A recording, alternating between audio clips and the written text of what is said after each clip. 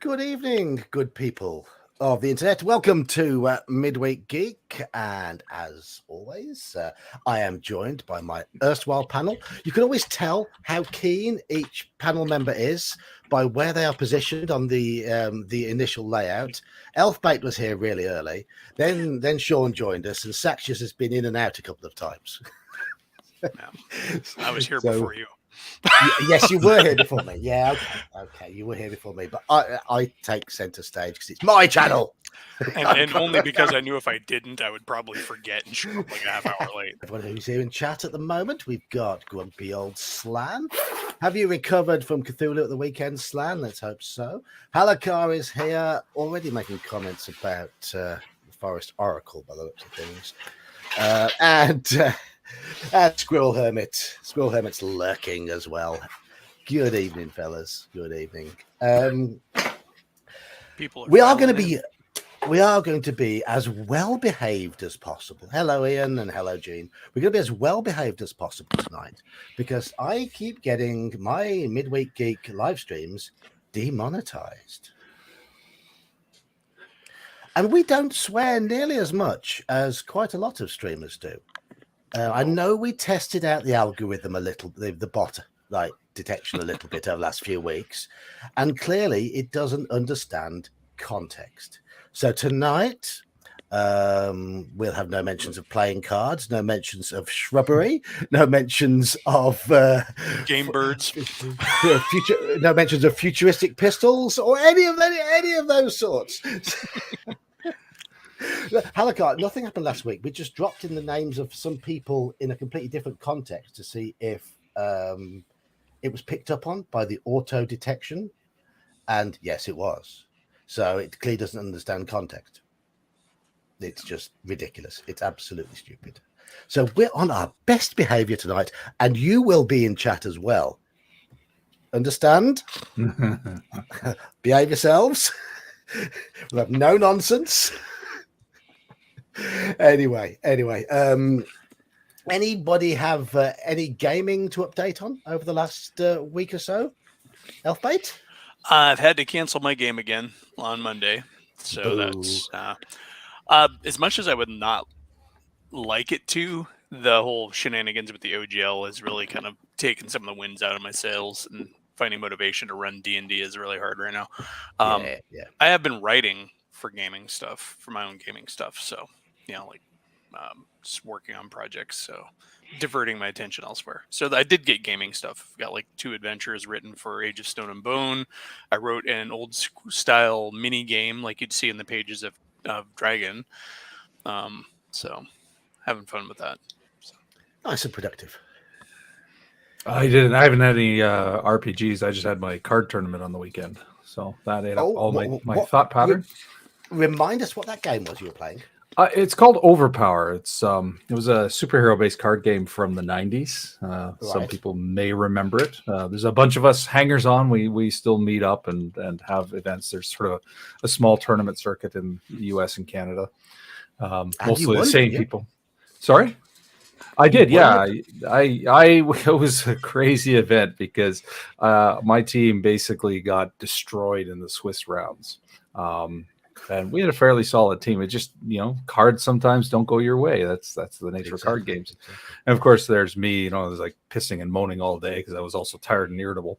And then we got to the finals. We were bottom seed, but we were still in the finals. And then suddenly our luck turned around and we just dominated.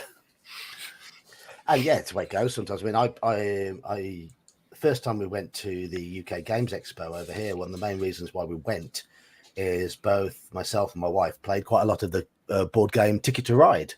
We were teaching our kids how to play it, and it was usually a pretty good contest between me and the missus. She would usually just edge me usually. If we played 10 times, she'd probably win 6, I'd probably win 4. It was that sort of, and the game to be close. We entered the British Championships.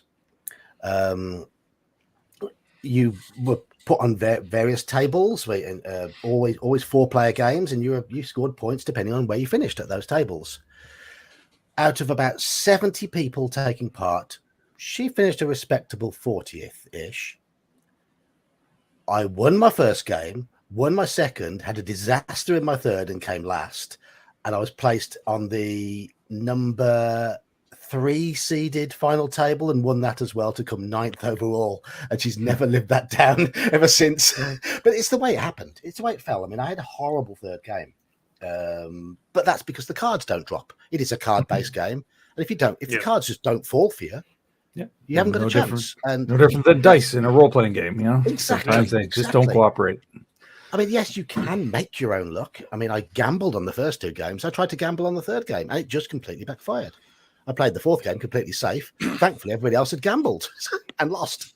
So there we go. Anyway, and so yes, I was about to say so no tabletop games, and I'm looks like I have to cancel OSE this week.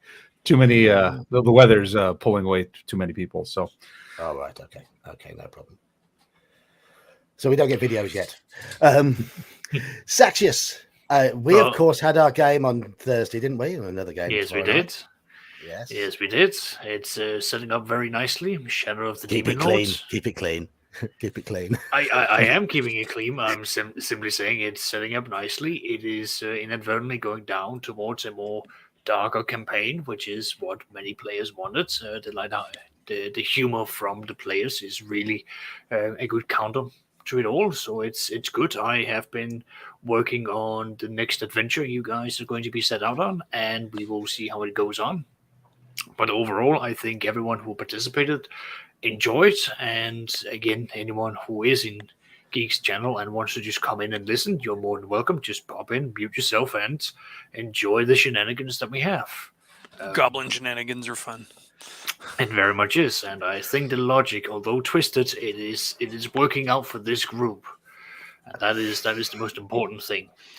I had my Saturday game where they finished up basically closing off an arch necromancer's lair, just to prevent anyone from going in there or anything coming out.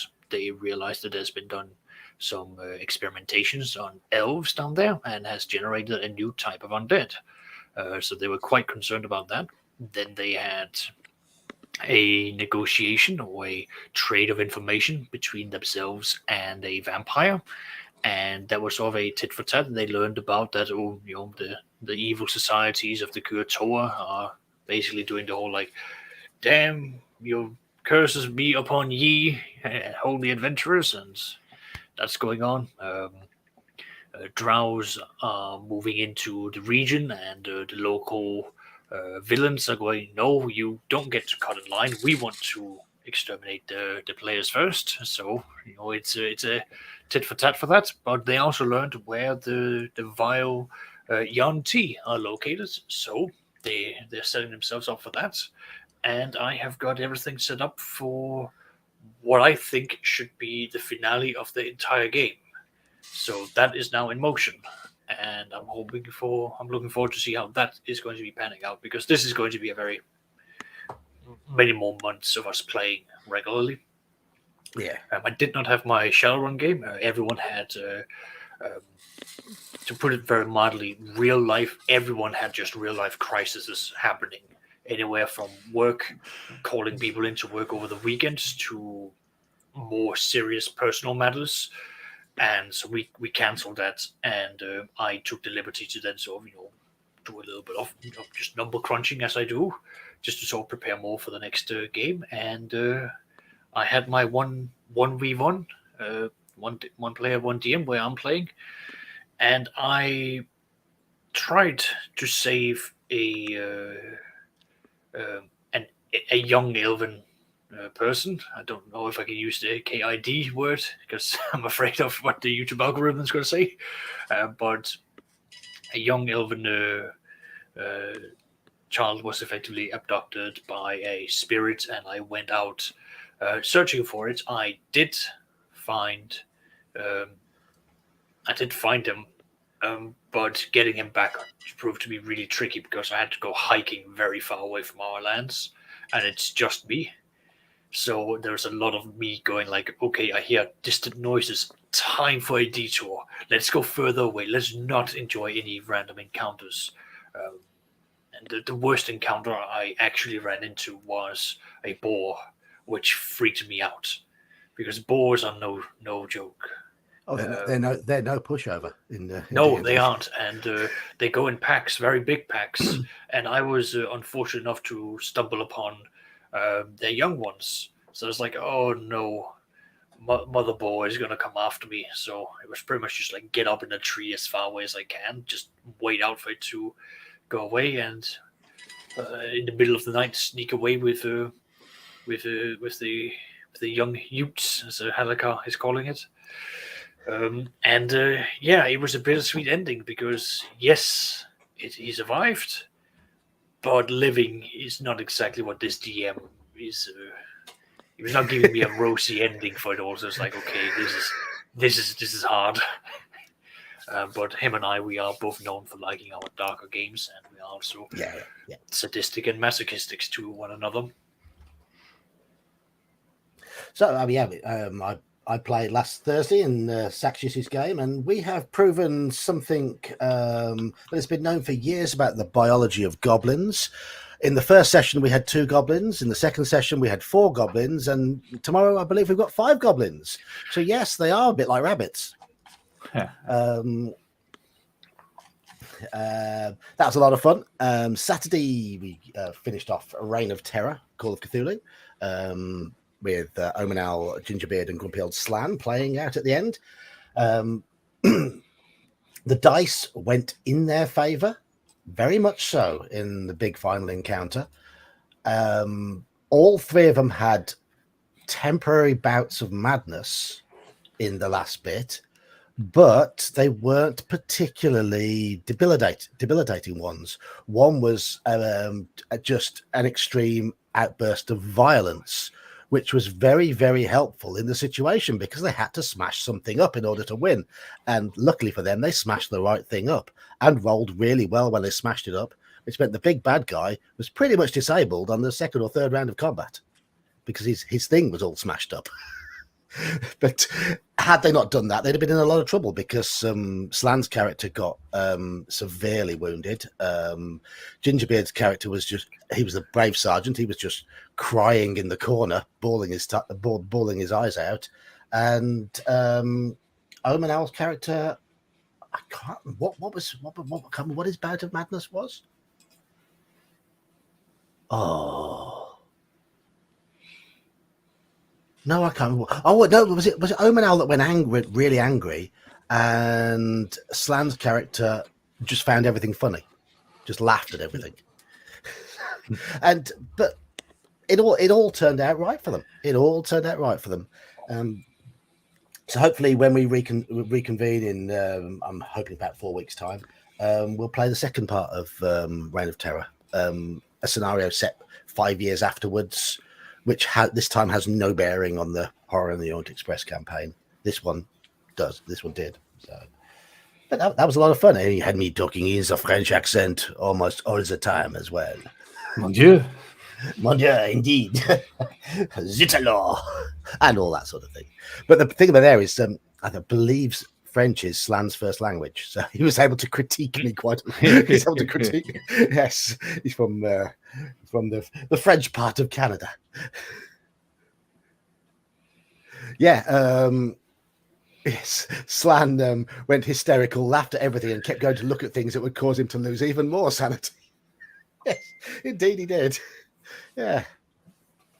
It was good fun. It was good fun. I won't go into any details because this is a family-friendly stream tonight, but the bad guy was quite unpleasant and up to some rather unsavory things. And then on Monday we played 5th edition Age of Dragon Lords, whatever it's called, campaign.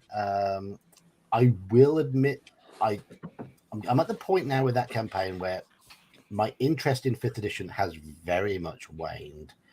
I love the setting for Dragon Lords because it's Greek mythology based, but the adventure, which is got through Kickstarter, might even be a Cobalt Press one, I'm not sure, seems a little, you wander around a bit, you have big unavoidable set piece fight, then you wander around a bit some more, then you have another big unavoidable set piece fight, and it seems as though the adventure is just shuffling us from set piece fight to set piece fight, with no real way of avoiding set piece fights. So that's the way I'm feeling at the moment a little bit about that one. The adventure's starting to feel a little generic, which is a bit of a shame because the setting's excellent. The DM's doing a decent job, keeping it running nice and smoothly. But we shall see. We shall see where it goes. Anyhow, that's been my gaming. And I think we'll get on to topic now. We're only 15 minutes into stream. Saxius will we have a shout topic? at us soon. We have a topic. Saxius yes, will. we are. I'm very pleased. I do want to say there was a classic moment when they'd been given a packet of something to use against the bad guy at the end. It gave a big clue as to his nature. And I think the adventure expects you to throw it at him or shake it in his face or something like that. Slan attached it without thinking, without looking at his character sheet, attached it to the end of his bayonet and tried to impale the guy with it, which was marvelous. And then he went to, he said, I'm going to do that. And then I said, okay, make your attack. And he looked at his character sheet and realized he'd only got 20% skill in bayonet. He'd have been much better off throwing it. But then he rolled 13. So that's how the dice were favoring them. But that worked beautifully. That worked absolutely beautifully. Anyhow, we're on to the topic. So The topic is one of technology and gaming. And we are going to bounce around this a little bit because obviously there are lots of ways of looking at the concept of technology and gaming. There's technology at the gaming table, and there's technology used to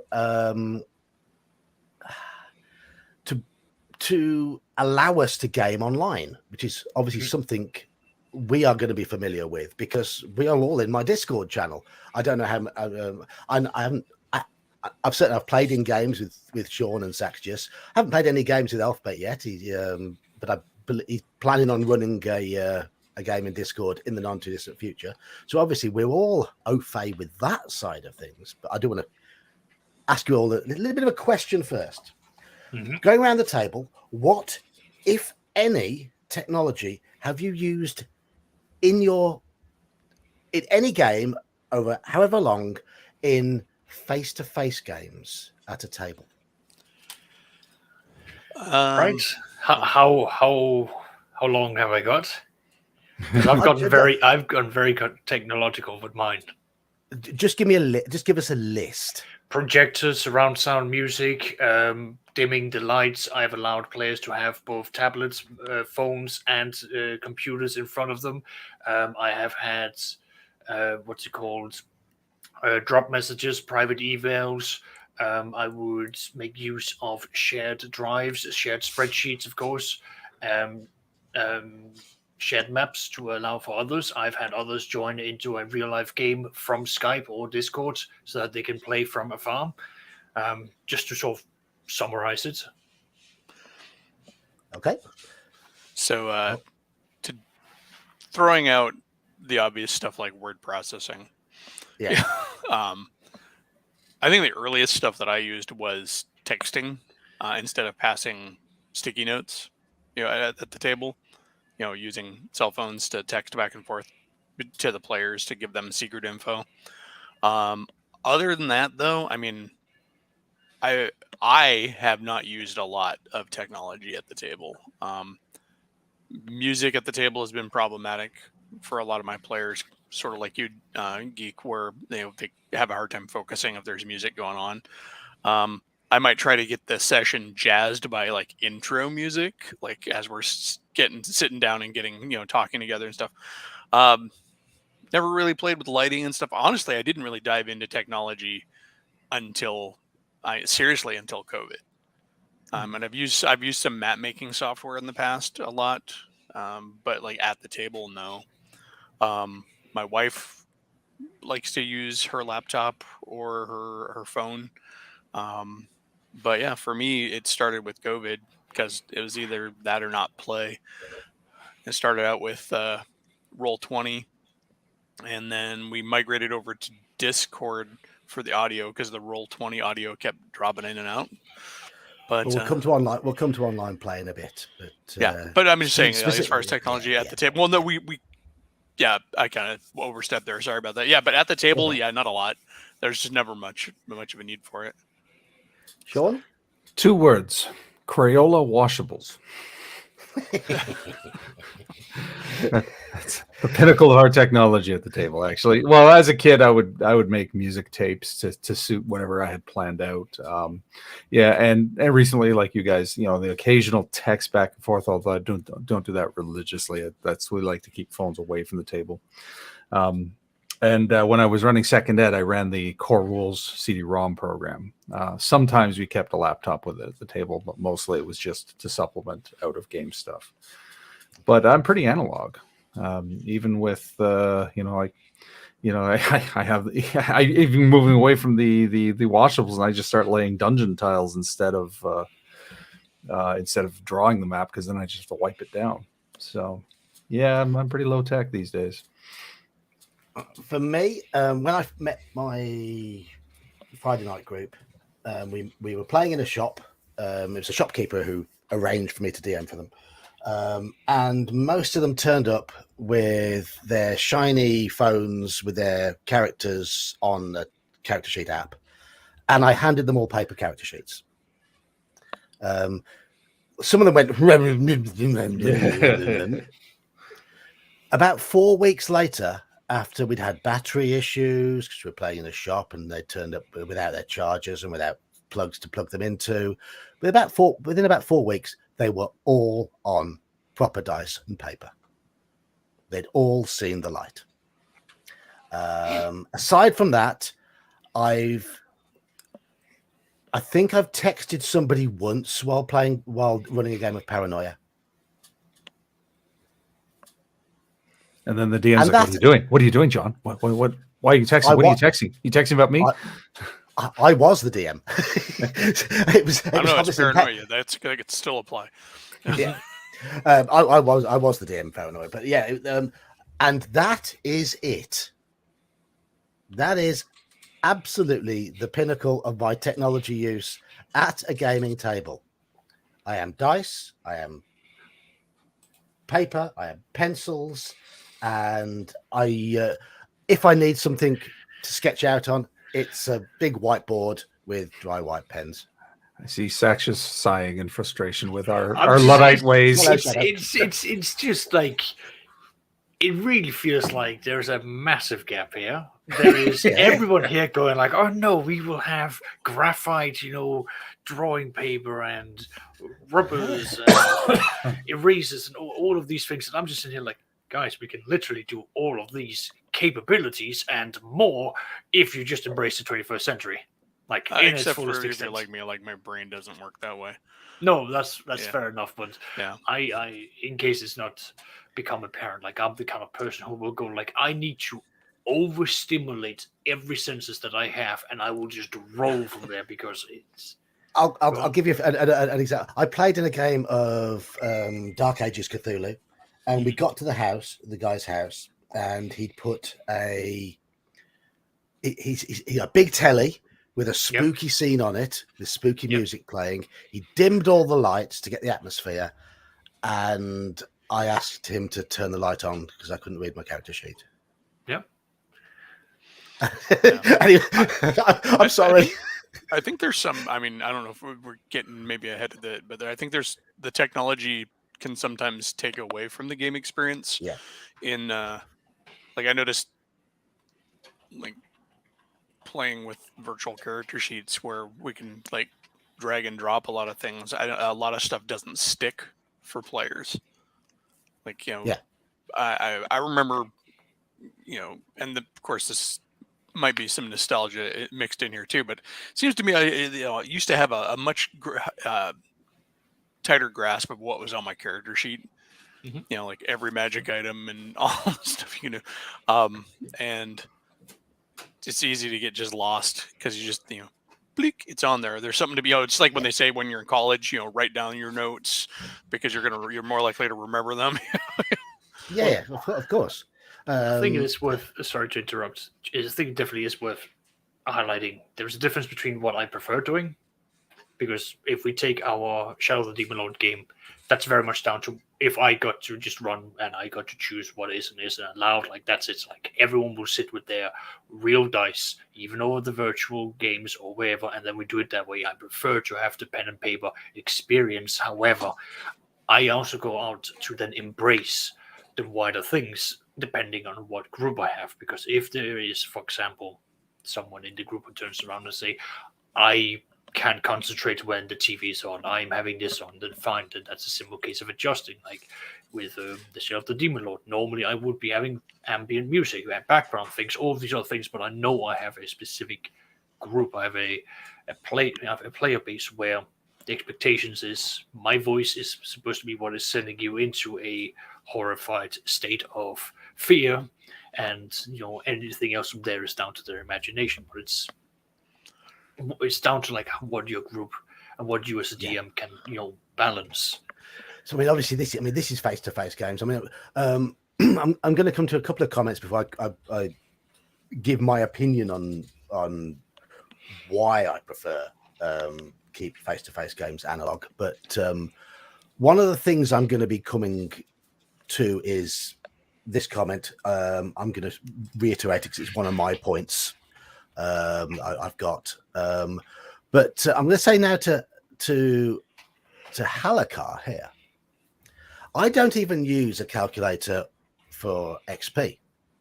I use a pen and I use paper and I use plus and minus signs and multiplication signs and division symbols on a pen and paper and do it all manually, quite simply.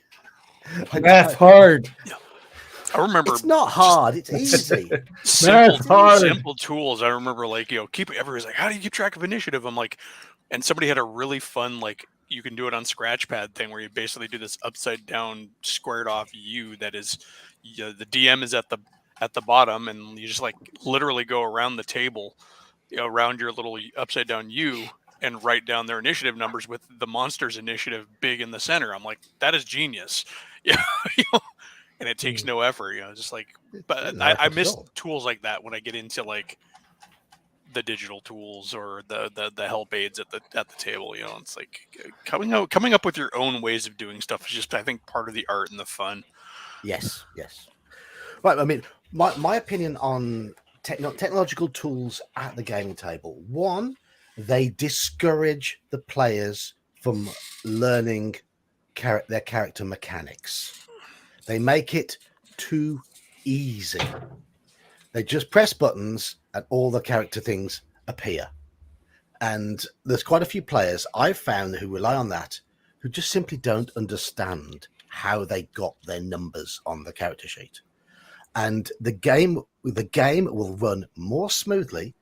The players will ask fewer game-related or rules-related questions if they know the whys of how their character is made. That's one point. So for me, the game runs much, much more smoothly when the players have sheets and they've written on the sheets themselves because they know, and they've calculated things themselves, even if you help them, because they've got an idea of why they've got that bonus, why that's there, and so on. Secondly, and this leans into, and I know Saxius likes a bit of the nitty gritty of gaming, the counting your arrows, counting your rations, knowing how much light you've got, that sort of stuff, keeping track of all those sort of things. Players are more in tune with what supplies their character has and are more likely to keep track of things if they are used to updating a character sheet manually. And I find players are more likely to update a character sheet manually more often and with greater efficiency and effectiveness and regularity if they are doing it on a physical character sheet on the table with a pencil. I find, in my experience, groups, if there is someone, like, take myself and all of the faults that I come with, if I am a player and I'm in a group in my experience, players will turn and almost default to the accountant of the group to be doing a lot of these things. Mhm. And then they will sort of defer over. It's like, well, what have we got going here? It's like, well, this, and often more than not, that's is as much as you want the individual player to take on a lot of the responsibilities and the accountability that comes with their characters. Some players aren't interested in that. They just want, here's the basis, here's what is on here, and they just want the quick and easy stuff because they don't want the heavier lifting that comes with it. Go on. If you've got somebody in your group who likes doing that sort of work, I would imagine someone like yourself, then that's absolutely fine. Why not have players focus on what they prefer doing? But I like to have them have something physical that they're doing physically at the table. At my table, because it was Friday night. Sometimes they'd be a little bit drunk. They were a group of mates with each other before they knew me. There would often be a lot of banter and a lot of trolling going on between them. And I wanted to get them to focus a little bit on playing as a group more. So when we started playing AD&D, I stated outright, you get experience points for gold. Until you complete the adventure, every bit of loot you find while adventuring is party treasure. So I glared at the guy who's playing the thief, who I knew was playing a thief on purpose, and said, if you steal from party treasure while you're adventuring, all you're going to do is you're going to steal from party treasure and put it straight back into party treasure because it doesn't belong to anybody yet. So, and then I handed them out a communal loot sheet. Mm-hmm. Handed it out. Who wants to keep track of your loot? Somebody enjoyed doing that. There we go. So that's a little bit of bookkeeping for them, but it keeps them engaged in the game. I later found out somebody enjoyed drawing maps. He was doodling while we were playing. How do you fancy drawing the map as you go along? Oh yeah, that'd be great. So giving people these physical roles of it eased them all into the classic old style pen and paper style of play. Mm-hmm. Giving them these roles where they had them. They were looking at the table. They were looking at their notes. They were making notes. They got physical character sheets, which they were keeping on top of. And they were given these jobs that encouraged them to keep a pencil in their hand, keep an eraser handy. Yeah, I know my kids. And they started turning up with pencils and erasers. Go on, Elf. So, I was just saying, my kids tend to do crafts at the table. No, that's good though. Man, oh, you're so. Anyway, that's one of my reasons for probably my main reason for not liking to have, apart from the obvious ones of it can be a distraction. Are these dice rollers that people sometimes use quite as effective as proper dice? Yeah. And phones losing their battery power at the wrong moment, and people losing their phone or swapping their phone, not having the right app, all that sort of stuff. And also the fact that I used to collect in the character sheets at the end of a session, put them in my folder, so nobody forgot them a week later. Not that I thought they'd update things, but everything was in my possession.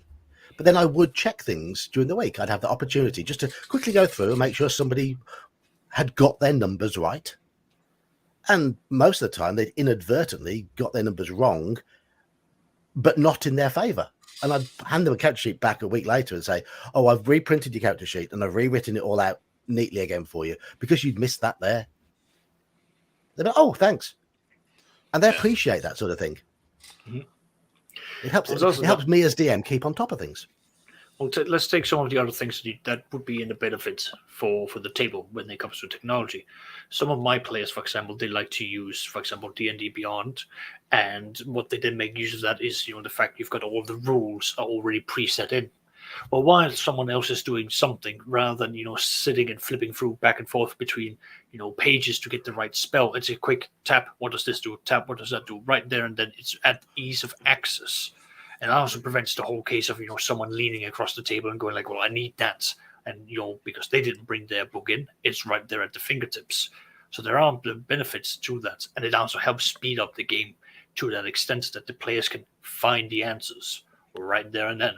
And they can then, if there are any doubts, and I don't feel like, stopping an entire game, I can just have them quickly recite out the exact paragraph that they are wanting to enforce from a spell. Word for word, give it to me. All right, here's my ruling. Now we go on. I guess, I mean, it varies from group to group, but I tend to be the sort of person who can who memorizes the layout of books to such an extent that in the time it takes you to swipe and click on a phone, I've gone straight to it in the rule book and gone. It's true. I'm a already feel there. For books. You definitely develop a feel for books. I can pick up my older books and just go flip. I have 14 games on my shelf, different systems. I don't have that luxury. So we're on a very step up your game, man. Step up your game. That's no excuse. I can still flip through Star Frontiers and find the Allow me things to flip it. You guys can step up your game and start broadening your games. No, I refuse. You step up yours. Well, I see we're at an impasse. Roll a d20, Sean. There's no die roller on here. Curse this technology. Foiled by once again. No, I will say that D&D Beyond for playing 5th edition is a useful tool, even on a phone or a laptop at the table, especially because the hover cards that they have built in. If you go to the full version and not the app version, like on a laptop or something, the hover cards are really great. So like if I'm running a monster and it has a spell, I can just hover my cursor over the spell and it pulls up the text for the spell, which is super useful. I mean, but now that I've gotten rid of my D&D Beyond subscription, I don't have. I only have that option until March, and I've never had a D&D Beyond subscription. So, we can't talk about it yet because we're not to computer.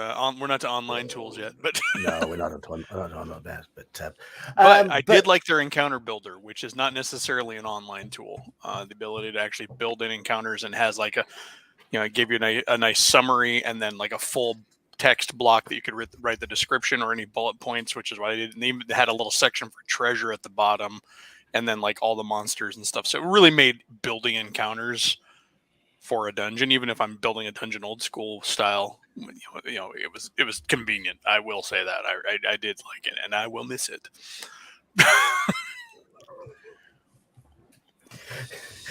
Right. So anyone got any more sort of pros and cons of technology at the face-to-face table? Anyone got any input they want to pick up on what we've said, or shall we go to a few comments that are being made? I think ultimately, if it aids the game, it's good. I don't like tech that slows down the flow of the game, but at the same time, if we have something that's handy or useful, it's like you're saying, it's like if you've got a massive rule set. And it's probably better to have it, in PDF or on your app, just to put a few buttons, especially if you're not familiar with the books.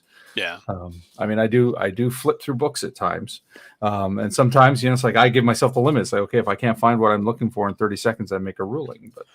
But having the tech to do a search, I need to know this and this, such and such rule. That's not a bad thing. Yeah, I tend to use the physical books when I'm creating, but I do like to have digital stuff when I'm referencing. Now at a table, that's not really an option, but because even playing at a table, I don't like to have my laptop there. Well, I just want to bring up one thing. Yeah. Because not all players come in owning the player's handbook, which that might not be familiar, but I have been playing with players who have gone all out. They will not buy anything simply because to them, they don't want to put in that kind of money when it's a once a week, once a month, something like that. So they will simply go for all of the other free alternatives, like, again, D&D having a free subscription. They can get the very core basis need there. Why would they go out and spend 30, 40, 50 bucks on something that they can then get for free? And yet they'll spend £15 on a takeaway food. Well, yeah, that's their that, choice. that's, It's their choice. that's, What they spend that, money on. this is down to that, but like there are going to be players, and again, I have such a player. Oh yeah, in I've one of my encountered them. groups. Yeah, I've encountered them. One guy used to turn up with a complete feast from Subway at the start of every session, and he was Subway's most regular customer. They knew him by name. And Go back 10 years ago, I had a $50 a week coffee habit. So I mean, yeah, and he, I don't believe he ever spent a single penny on any piece of. Oh, he bought himself some dice. Oh yeah, that is my one requirement for all my physical games. I will not have a player sit without dice, even if it's when we get to the point of where it's like, oh, it's a fireball, and we don't actually have enough d6s because I didn't bring my pound of dice, bag of pound dice with me. Then fair enough, we can quickly use an online generator for that because that is going to be good enough for the statistics we are going for. I take at least 4 sets of dice to a game, whether I'm DMing or playing. 4? At least 4. Okay. At least 4. Okay. If I'm DMing, I'd probably take more like 10, but if I'm playing, it tends to be about 4. My real life group, I always show up with between 13 to 18 sets of dice, and that's not that's full polyhedral dice. That's not accounting for my bag of just whatever's in this, what is in there. I come with the whole case of like, I forgot my dice. No, you didn't. Flap, flap, flap. Oh, you get the blue dice of shame if you forget your dice. No, I've got pink. Nope. You can have the pink. Well, the color's not important as long as there are a dice of shame. Yes. Yeah. Yes. Happy days. Anyway, sorry. Yes, let's move on. Let's move on. Okay, so we've talked Comments. about comments. Yes, comments. I'm back. I am back. They're back. Yes. Right. Okay. We were remarkably Squirrel Hermit on says topic last time. Squirrel Hermit says tab the books. Yeah, why not? If I was learning a new system, I'd do that, but I tend to play things I'm familiar with. But if I'm not familiar with something, I'll make it up. I don't necessarily play by the rules all the time. Why? Mm-hmm. Why should we? Grumpy Old Slam mentions using index cards. Yeah. Are index cards a form of technology? No, they're not. They're writing things down. They're being prepared in advance, and that is a good way of doing it.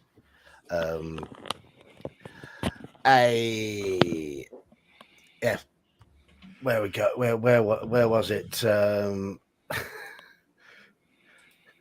L, no technology allowed. Use your finger to write in the dirt, or GTFO. See, that's not enough dedication. They need to etch their stats into the table that they're sitting with, so that they know exactly where they can sit, because otherwise they can't read their stats. The table, man, you are lightweight. No, you want to go hardcore. You etch them into your arm, or chisel them into the piece of stone that you're sat on in the cave. Yes.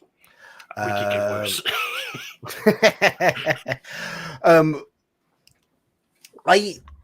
Another of L's comments is mentioning about playing overcomplicated games, and I will say this now. A game like, I like running MERP, but that is a bugger with all of its tables, and things like DCC can be a bit crunchy with all their tables, and I think MERP runs better online, because I have my pile of pre-printed tables and books or whatever beside me here, and I can be fumbling through it, and my players might hear the rustling, but they probably it's not snoring.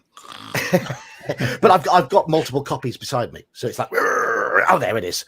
Whereas if I'm at a table, I'm very disorganized as a DM, and things get thrown and strewn everywhere, and I'll find tables and books on the floor and all sorts, and I'll throw those on the floor, and that book might end up over there. And so running a complicated game online is fine for me, but at a table, I prefer to run things like AD&D, basic D&D, Paranoia, MERP, something like that. That is fair, not MERP. MERP does give me a headache at the table. Paranoia. What was I going to say? Call of Cthulhu. Something that is so simple. I can run in my head most of the time. Yep. So, I mean, I might be an oddity in that I feel I don't need technology. I've got the tables mostly memorized for a lot of these games. But yeah, I do prefer running simpler games face to face. That is a fact. Yeah.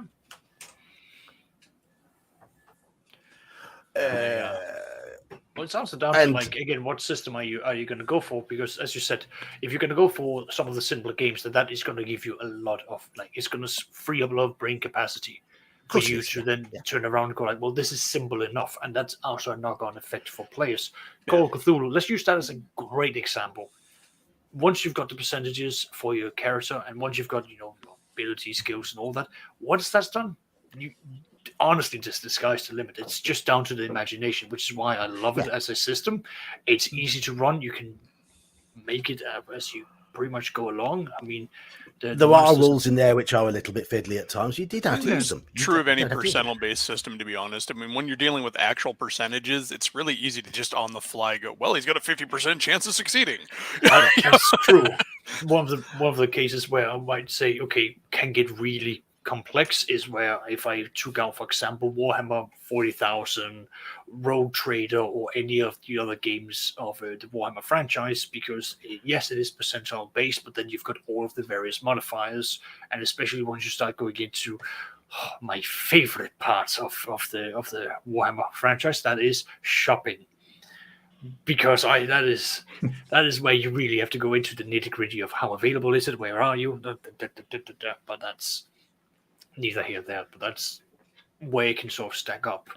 But in that case, a lot of the ownership basically goes down to the players to once they get their foundations easy enough. You don't need the tools for assistance for your tracking, all of these other things. Sorry, go on. Anyhow, but the next field I want to do, and I want to spend more time really on this one, because this is for me where technology has become a boon for our hobby. We've obviously been through a few years where we've all been very much disrupted in our ability to meet up with people. We've had groups just disrupted. We've had our various schedules disrupted, all that sort of thing. So, and what has happened? All four of us chatter away in Discord. Discord is technology. Saxius, I'm playing in one of your games over Discord. Sean, you've played in one of my games over Discord. Mm-hmm. Elfbait, you are preparing something to run in Discord, which hopefully we'll get to play in the near future. I ran Saturday's Call of Cthulhu game over Discord. I'm running this week's MERP game over Roll20 and Discord, combining the two. So technology has given us that outlet and given us a world of gamers to connect with and play games with, and find like-minded individuals who will play the types of games that we enjoy in the style that we enjoy. Yeah. So in that sense, technology has been fantastic. I will say, like you mentioned right kind of at the top there of this segment, I think that the ability to communicate over Discord or email or even text and all of that is a great stand-in for that thing that we all had when we were younger, which is just being able to spend hours BSing about the game. I think one of the things that we all remember from when we get into the nostalgia of gaming from our childhoods was just how often we spent hours, whether that's on the bus on the way home from school or sitting around your living room, just talking about gaming. And this came up just recently in my Monday game, because I have a Facebook group for it, and we have a Facebook chat and everything like that. I'm like, one of the best ways to keep, because I was talking about how I was like down and I couldn't get motivated because just the crap that's going on with D&D right now and stuff like that. And I'm like, one of the best ways to keep motivated for a game is to talk about the game. And as adults with things that we have to do, it's really often hard to find that chit chat. So like coming into into your Discord and being able to, BS back and forth with people or chatting in my game about the game, like, okay, we can't play, but what is it you guys are wanting to do next? Let's touch back. You such and such character. You mentioned this the last time we played.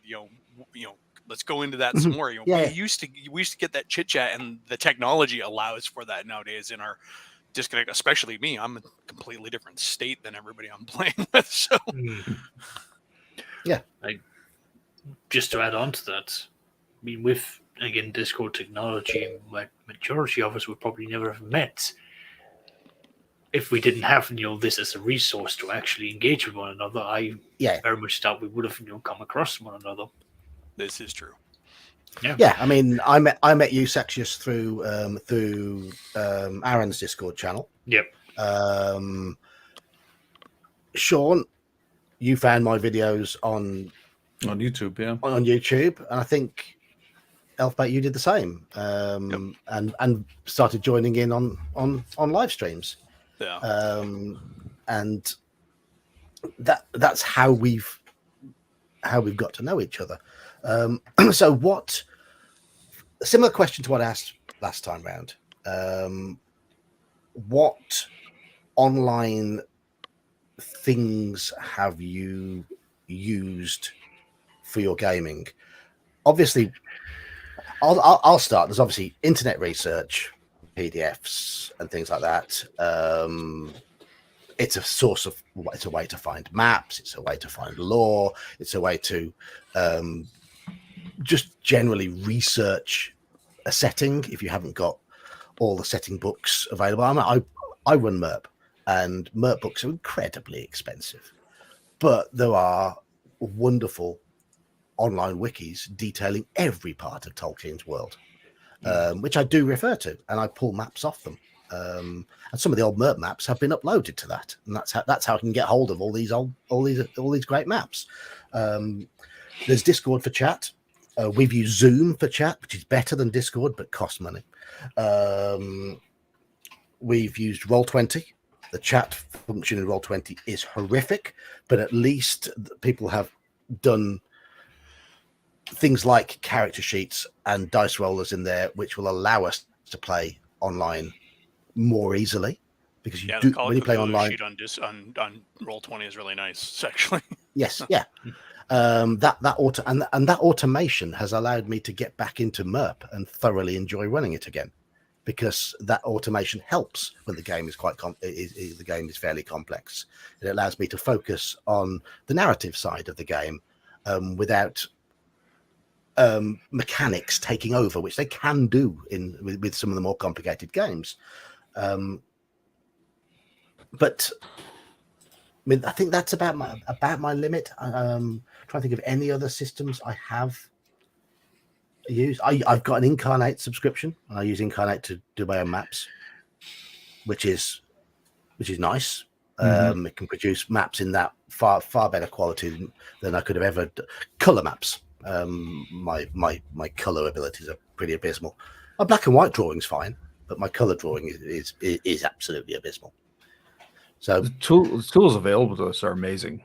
Yes. I mean, we're going, of course, outside of the table right now. Like, you're obviously not going to use Incarnate to create a map on the fly, but things like Drive-Thru-RPG, getting all the modules, the classic modules in PDF form is fantastic. I always lamented, I need to photocopy this map or whatever. I have to take my change over to the library as a kid to photocopy the pages. And of course, they print them in weird colors, so they wouldn't photostat easily sometimes, depending like the character sheet books and all that. Now, the click of a button, you can get everything you need for free. And PDF. I love having PDF backups of my modules, so I can print the maps as needed, or the handouts or whatever. Yeah. And Roll20. I mean, we haven't talked tabletop art VTTs yet. I'm sure you're getting to that, but but again, another great tool. I prefer the live game, but in a pinch, I can play remotely. with people. Like I have one of my fifth ed game is all remote people. I have one person in LA, one person in Oklahoma, a few people in Middle Ontario. So yeah, I mean, look at the Call of Cthulhu game I ran on Saturday.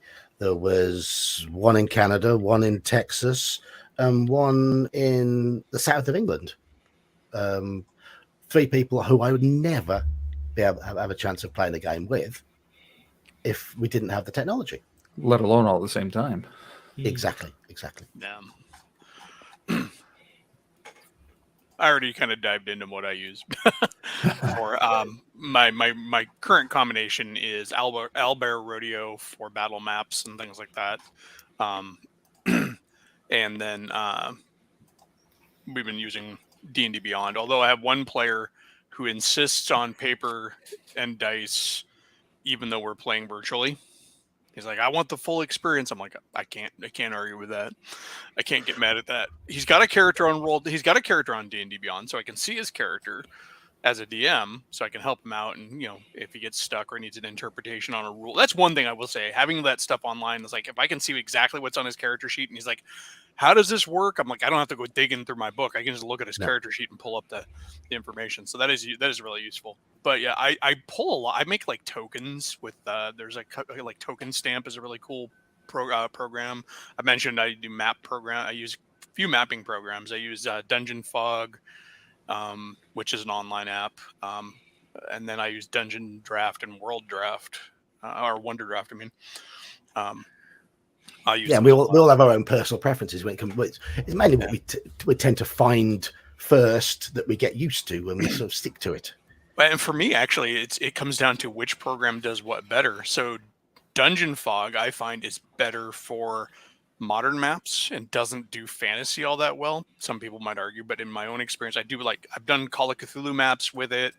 I've done a lot of science fiction maps for like Star Frontiers and stuff like that using that system. But for basic dungeons, Dungeon Draft is even better. It's easy. It's a nice kind of cartoony graphical base where it's not overpowering with super textures and stuff like that. So I feel like I'm maybe delivering my players a bit more of a paper map feel when they're on it, even though it has some dynamic lighting effects and stuff like that. But yeah, like it's just better. And then like Wonder Draft is great for world mapping, and I've shown some of them off on that I've done on the Discord before, and that literally like a couple hours of work, and I've got a really nice map once you get used to it, So, so Sean, what sort of any to add to what we've already mentioned? Sorry, I'm just responding to L here. Okay, no worries.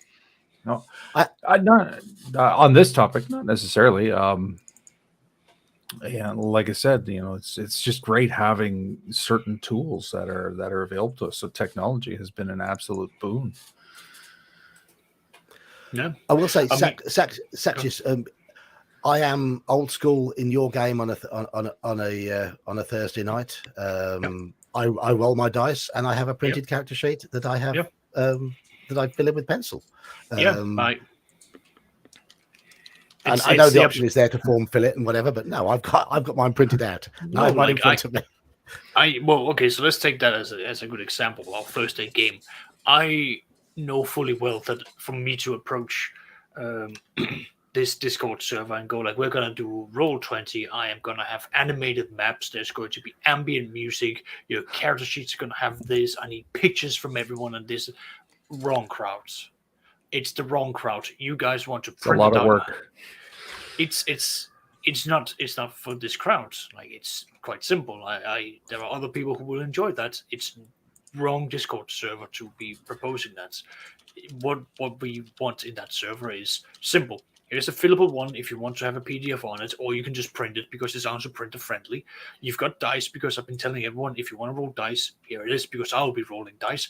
I have my camera on so that you can see my reactions, my speeches, my general hand gestures, and everything else is just sort of kept into your mind. And that's it. That's the core basis. It's as close to being around a table as we can get. Yes. Yes. what I do for majority of my other games, because I have more or less by like 80% of my current DMing career, I've moved on to online games simply because it's easier for me to find online games. And um, it wasn't until recently when I moved into living nearby the city of Bath that I actually had a viable source of players that I could actually go out and go like, hey, I want to run this. Who here is actually interested in that? Because I lived in another part of the country where if I said I played D&D, they'd look at me and go, what's that? Or they'd go, oh, so you worship Satan. It's no. But the online tools gives on many other things. You can have pre-made maps. You can have maps that are modular, so you can build your own things. You can have animations. You can have the animations is really cool because I can then start putting in things like fog, rain, fire, all these other things that starts adding a certain form of element. It also brings a sort of closeness into the game itself by physically being able to see this part of the map is now on fire. Ergo, that's now happening. The players can see what's going on. Being able to have specific limitations put on players and their characters, like how far can you see as an elf versus how far can you see as a human. It really brings out the whole thing of, do you have a torch? Yes, no. Oh, you do have a torch. Well, now anyone with dark vision within that radius is not going to be able to see because the light is messing with their dark vision until they get to the edges of this. Now they have the capabilities of that. It allows you to bring in rules that previously would have been in your mind and you would have been keeping a sort of vague kind of ruling of where they are versus what their view is, to I can now with pinpoint precision boil down exactly what you can see, how you can see it, where you can see it, and so forth and so forth. You can even go so far as to say you unless you draw, when you move your character, when your token moves across the map, you can't see what's behind you because that goes into complete darkness. It's not just grayed out because you don't remember which way you went. You can't go these routes. It's an option. It's a tool. It's not for everyone, but it is something that you can use and it's something you can utilize. I mean, it depends on what level of sort of detail you want to go into in terms of visualizing, having a physical visualization of the environment. I mean, I'm a lot more free when it comes to. I'm very free when I run things like that. I assume the characters are looking around and moving around, and I don't keep characters sort of beholden to their exact spot that they show on the map or anything like that. It's for, I mean, Omanel, you've played in a few of my games now, so I'm not the sort of DM who'll say, no, you're 15 feet away from him, you're not 10 feet away. That means you can't do that. Yeah, but to be fair on some of that is certain systems really push you towards that. Yeah. Others do not. I mean, that's kind of the reason why I like Conan and Free League and some of these others where they use zones, because it's not that critical to know the exact distances. Can I move this? Can I move this distance? Yes. Or no, you have to use an action. Or you can move two actions, but you're still going to take you longer. But I got to say one thing about Saxius. Don't worry, that the answer to anyone that says, do you worship Satan? The answer is no, he worships me. So, hey, who do you think does his accounting? I will say, as far as those online tools go and maps and stuff, is that you can become far too reliant on them. I know that I had to make a conscious effort, and my voice just decided I was 14 again for whatever reason. But I did have to make a conscious decision to stop letting my map do the storytelling, because when I'm artsy, and so when I get down into like Dungeon Draft, I'm putting all the furniture and all the light sources and stuff to help me tell the story. Like if I can look at the map and I can see, oh, there's a bunch of spider webs in that room. Okay, that's the spider lair, right? Instead of just the old blue and white.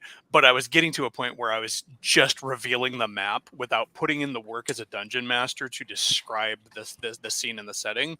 And it was a bad crutch to get into, to like let my graphical map do my job. And I realized that it was leaving me feeling flat when I was running Yes. my games, and my players were not engaging with the world as much. It was becoming very tactical. Because I think there's something to be Yeah. said when you describe it in detail and you're using all your weird expletives and all of that stuff, that it becomes something for their imaginations to grab onto. Well, that's the topic I want to come to next. See, I'm just ahead of the that's- curve. Every you are, segment, yeah, I'm yeah. just ahead of the curve.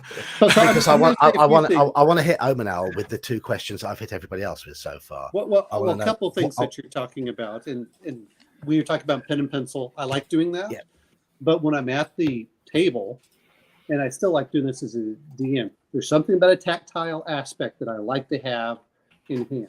And you know that when we were playing Call of Cthulhu, I would roll the dice, but when it was really critical and everyone was showing up the numbers, I said, there is something that everyone can see your number about. Will it be a critical failure? Will it be a critical success? The excitement at the table, yeah.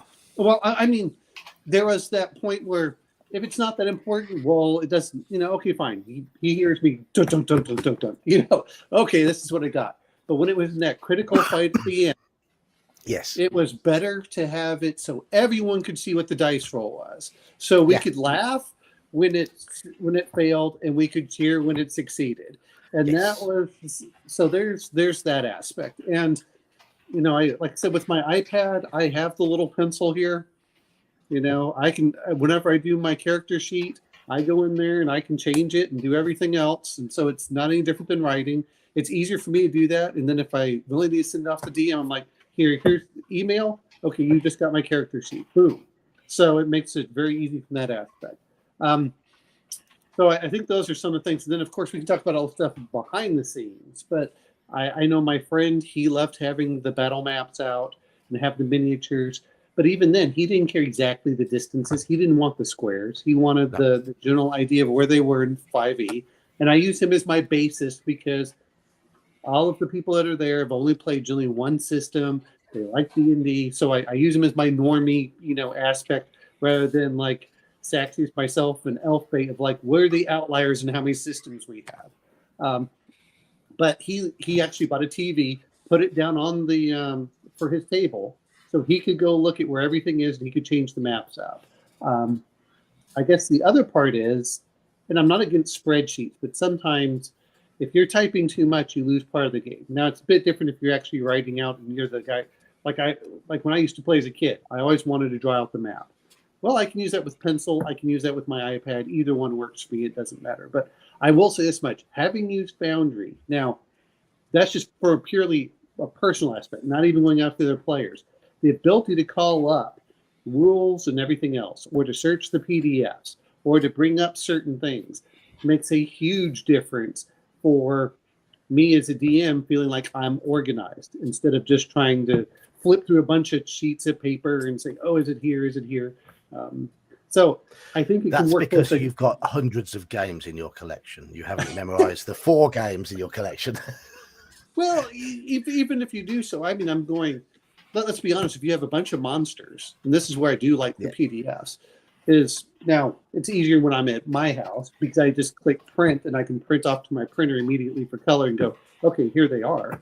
But man, it is so nice to just, you bring it in, like, oh, what's the chart for this one? Okay, let me go look at this. What's the chart for this? And whether it's like Saxius was talking about when you're going down a map, opening up, like if you have a world map, and this is what I like sometimes about Foundry, you can actually set it up so it starts revealing the world as they start moving through it, which is kind of cool that they don't have to see you don't have to bring out the Greyhawk, giant map. They can just walk across it and hex by hex slowly gets filled in.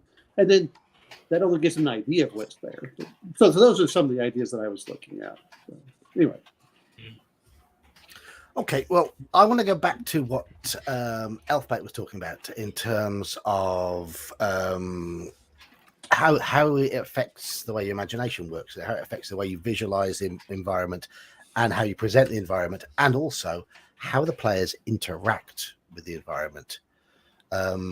I've run quite a few games using maps on Roll20 and having players moving little graphical tokens around the maps. Now, I always turn the grids off. One of the first things I do is I turn the grid off. Yep.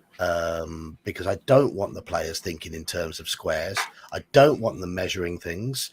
I want the maps to be used as a general idea of how big things are, but not for them not to feel beholden by it, but what I have found is where possible, and if the game supports the style of play, I would prefer to have Roll20 open only, well, this is when playing online, only as a source of character sheets, maybe a quick dice roller, as in something they click on the character sheet to instantly roll dice, and a general graphical description shown as a map of the overall area, but not really zooming in on the nitty gritty. And that way I can then use Discord to describe the details. That gets me as a DM more engrossed in what's going on. It gets the players concentrating more on what I'm saying and less on what they're seeing. And I find the players then respond to the various challenges in a more imaginative way. Take, for example, again, our Call of Cthulhu game. I had a map I could have put up of that last delve into the cellars of the mansion, but I didn't feel I needed to. And I think it went better in terms of describing it and interacting with what was going on, because you guys didn't have a map to look at, a map to focus on. You weren't thinking, how big is this room? Can I reach that? You weren't limited by what you see on the map. You probably felt as though you had more freedom in the environment by working with it in your imagination. I'll say if you know what I mean. One of the best cave crawls I ever ran didn't even have a map. It was a point crawl, and everything else was just described. Because I mean, no map can capture the complexities of a believable cave system. Those old tired fantasy cave systems where it's basically a path through the rock, just like if you've ever been in a cave, That's and granted, so it was just, I mean, that one was great. I had routes plotted out, and I had key encounters along those routes, but it was just straight lines connecting circles, and that was the only map I needed. And I've for decades I used to run just off the top of my head without maps. It's like, you're in a keep, okay, I generally know what the structure of a keep is. I'm not really at the stage where I can do that yet. I have a map to refer to for myself, but I like to have a map sort of tucked away out of player's view that I'm referring to myself, just to keep myself focused on the locations. But then I like to try and embellish what's in there as the game is going on. I don't have all the time in the world to spend on just figuring it all out in my head anymore either. So yes, maps. I tend to have maps. So. I like the tactical aspect, especially in combat. So I like the maps to be fairly accurate. VTT is definitely good for that. Something I noticed actually a couple of months ago in running my online game, it didn't even occur to me prior to it happening, was I had a detailed map that I had pulled off the internet. I didn't make it, but it was a cave. It was nicely detailed. I did the what do they call it? The dynamic lighting lines in Roll20, and then I just let the players explore it real time.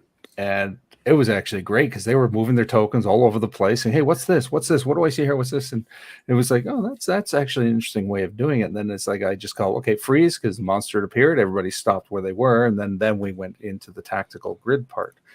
But a good detailed map on a VTT can actually give you that free form sort of real time exploration, which worked pretty well. I enjoy these cardboard things, and it's nice that I can put them into a VTT. I mean, it's not that it's not that players don't care about it. It sometimes helps the players, and sometimes it hurts. If we dial back Yes. the Wayback Machine, that was technology at one point, because I remember going and getting a box set of cutout dungeon tiles in 1981. Oh, you had Dungeon those floor too? plans. Yeah, the dungeon, and they had little cutout planks that you could put across the chasms and all of that. We got like 2 or 3 sets of them because everybody in my group bought them. That was high tech back then, and so, but that's battle maps too. I mean, you'd drop your little Walpartha, paladin on there, and then your buddy digs out his massive collection of goblins, and there you go. And we're back to the Crayola washables for drawing the walls. I have a gigantic, I can be wrapped in it as a Death Shroud hex map that's good for dry erase pens. So it's one of the Chess X ones. Well, I mean, again, it's not that it hurts. I think sometimes, though, it comes down to your players, and like I was saying, with my problem with the virtual, with the mapping stuff, I let myself let the technology take over for me. Yeah, I do as well. Yeah, I do. And then as I well. had to consciously dial it back and get. Yeah. I got to the point where I'm like, guys, I got to let you know, I'm not going to be updating the map as often as I did before. So if I forget to reveal a part of the map, let me know, because I'm using Owlbear Rodeo, so I have to manually remove the dungeon fog. The fog of war there, and so like I'm going to describe the room. I'm going to tell you what it is, and then I will reveal it. Yep. If a battle happens. I think also that there's a propensity for players to, as soon as they see a monster token on the board, want to start fighting it. Yes. And yes. That's not always how that encounter has to go. Sorry, does anyone else want to jump in before I start rambling? No, let's go ahead. Well, no. I was just trying to say, as we're talking about this, and yet, here's my physical map for Alien. Yep. And one side of it has the basically where space is and everything else. I don't know how well you can see that, especially the reflect. But I mean, that's always cool to have, and it's actually a good map. I just but and those have been in rule books forever too. Well, and Elfbait remembers the stuff from Star Frontiers where they had all of that. Yeah, the Frontier map.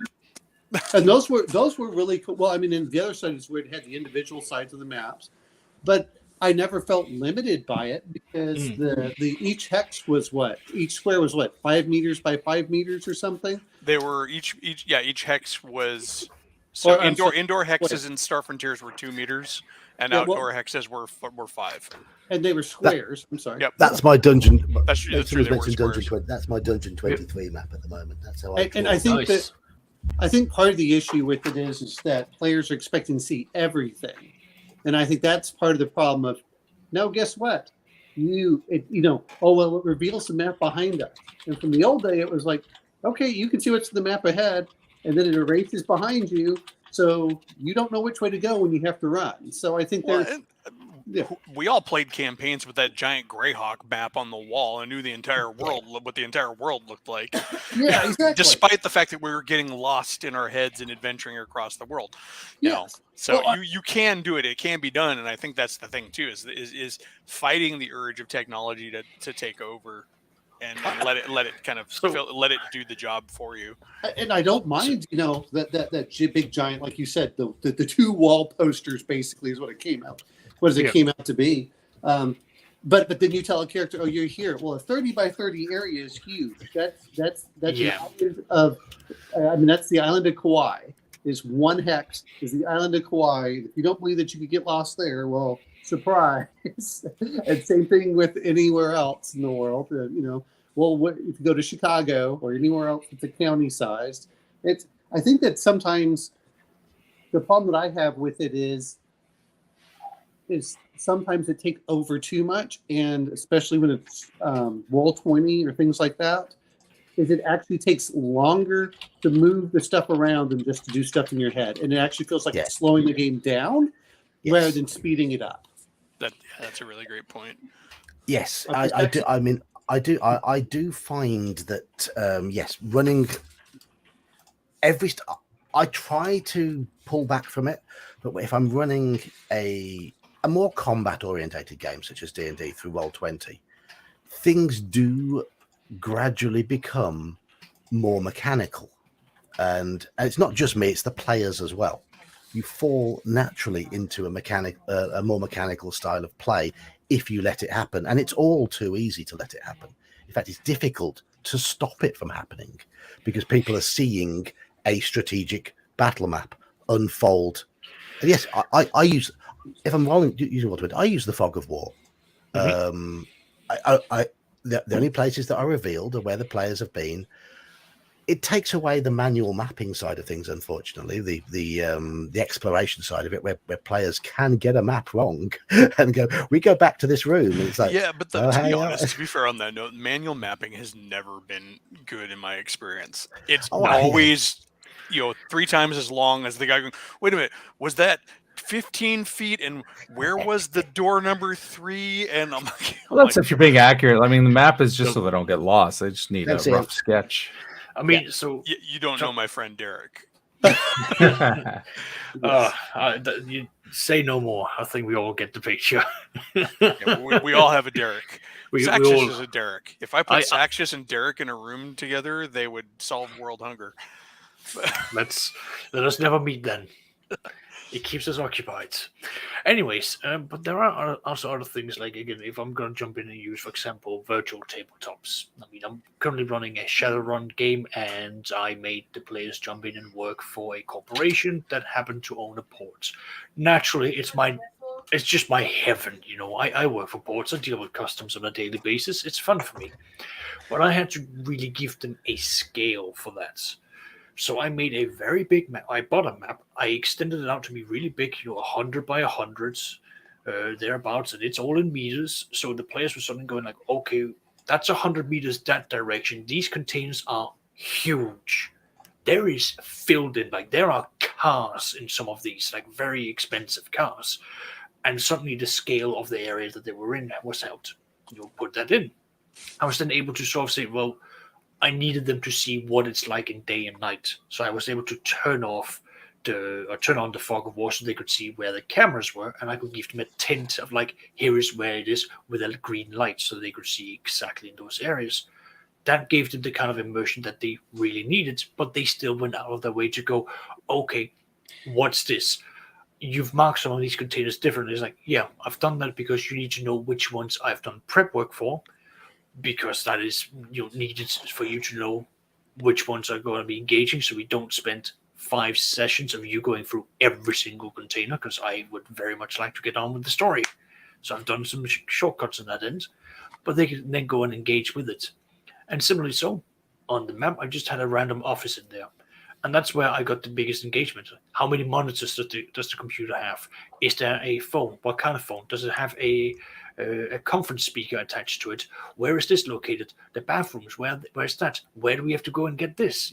Is there an upstairs? Is there downstairs? Things that I had partially described. They suddenly went, well, we really want to have this kind of information because this is now going to be their base, this office where they're going to be working and overseeing this entire port. This is a key information for them. So they zoomed in and did that. And even though there were basic stuff on the map to show these things, they still wanted to know precise details. So you can still, at least from my perspective, you can still have players who want to go very tactical, but then when you come into non-threatening situations, they will still turn around and go like, well, I need to fill in the gaps that the map doesn't provide. And that's why I think some players, especially from the online gaming, they can really stand out as being, average players to good players, where they're engaging beyond what you just put out in front of their eyes.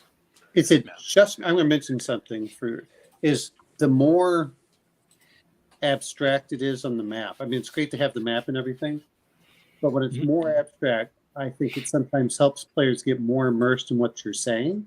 Rather than when it's all coming in there, like you're talking about Elfate, well, I'm going to put this chair here, and I'm going to put this here, and I'm going to do this. And you look at it, and I don't think there are a few people, but you have to buy the maps. And you go, well, am I going to buy this? The other problem I have with a lot of maps is they're just too small.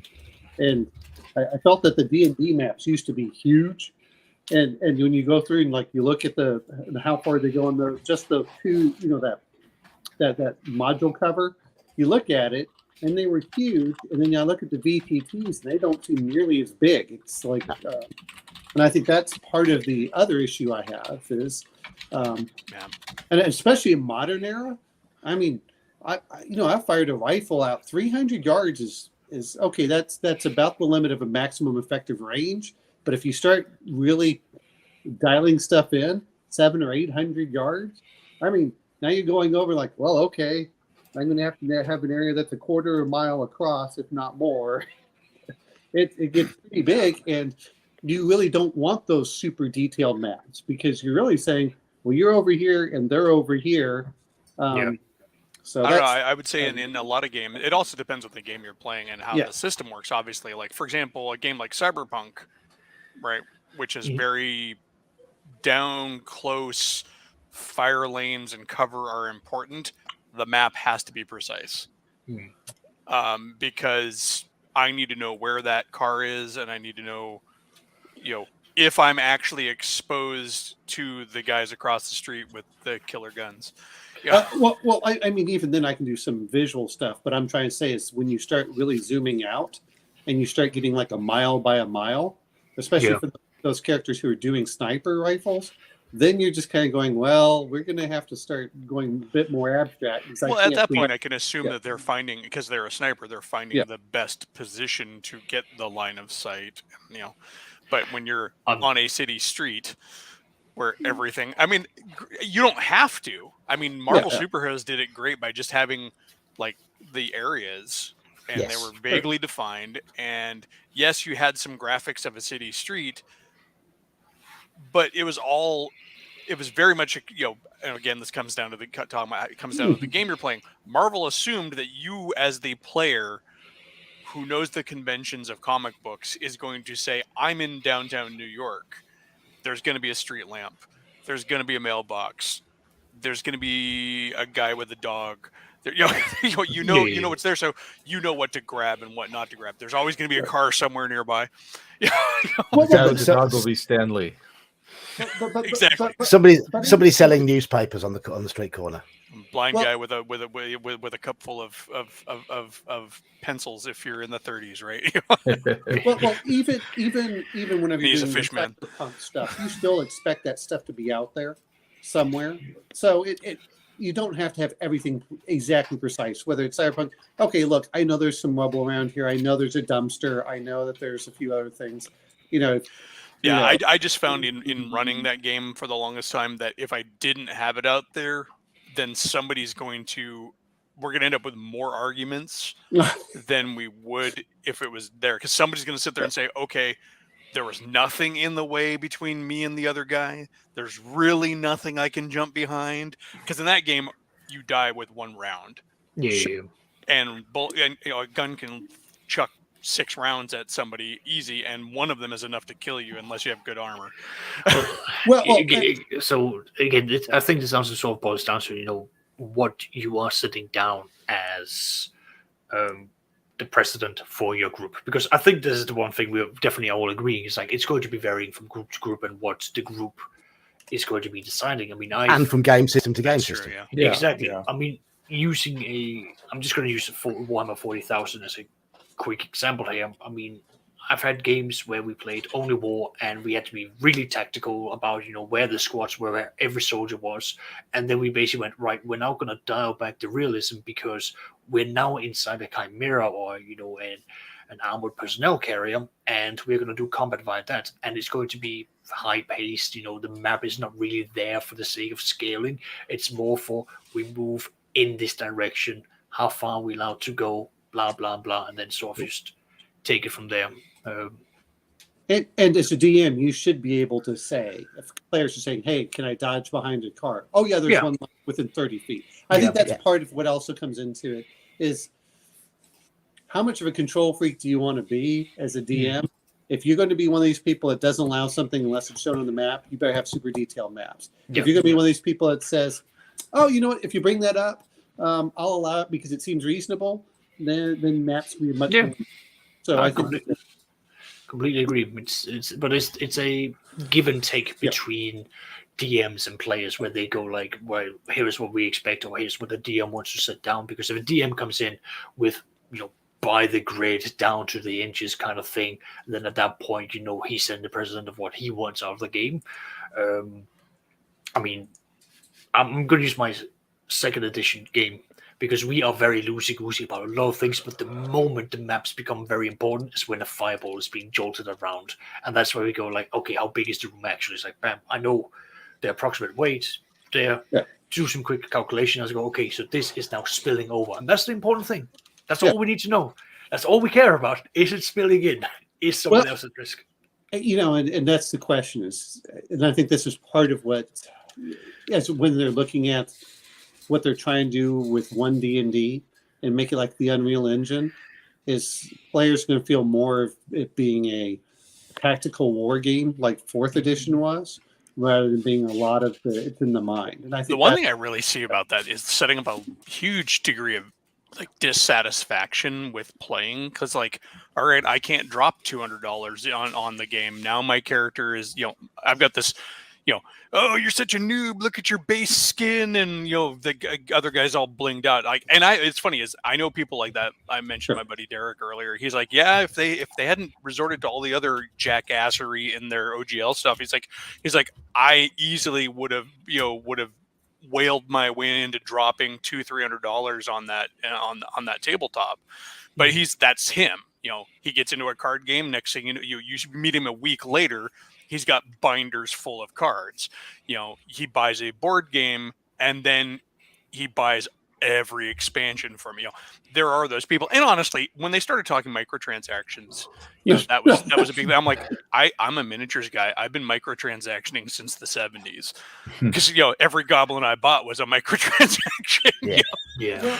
But no, I feel like you're gonna have that speaking of the Unreal thing, because that's like, I can just see a lot of people going, okay, well, that's great.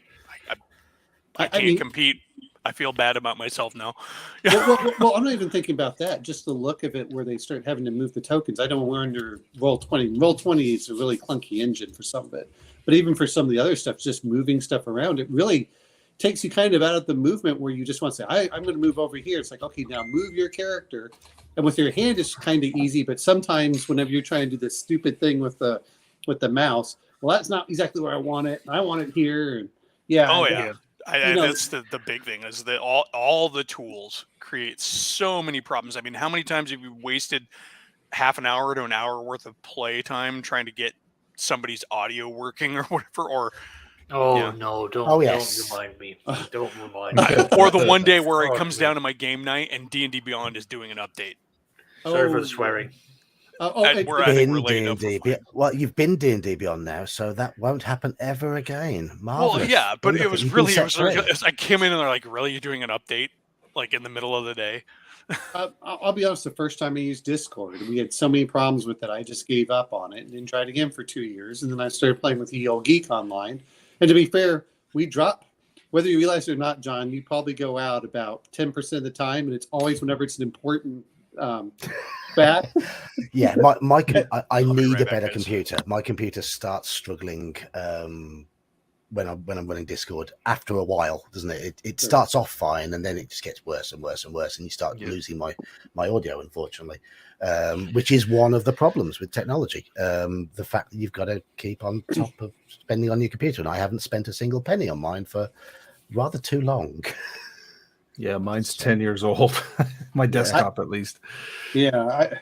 I have a nice one, and I updated it for all the stuff, but I want to do all the QGIS. I want to do all the cool stuff, the maps and everything else. And I want to play the high level games. But, sometimes I feel that online has a lot of advantages. Like whenever you put up a map, it makes it really easy instead of just, now sometimes whenever you go like, okay, look in the window in Discord.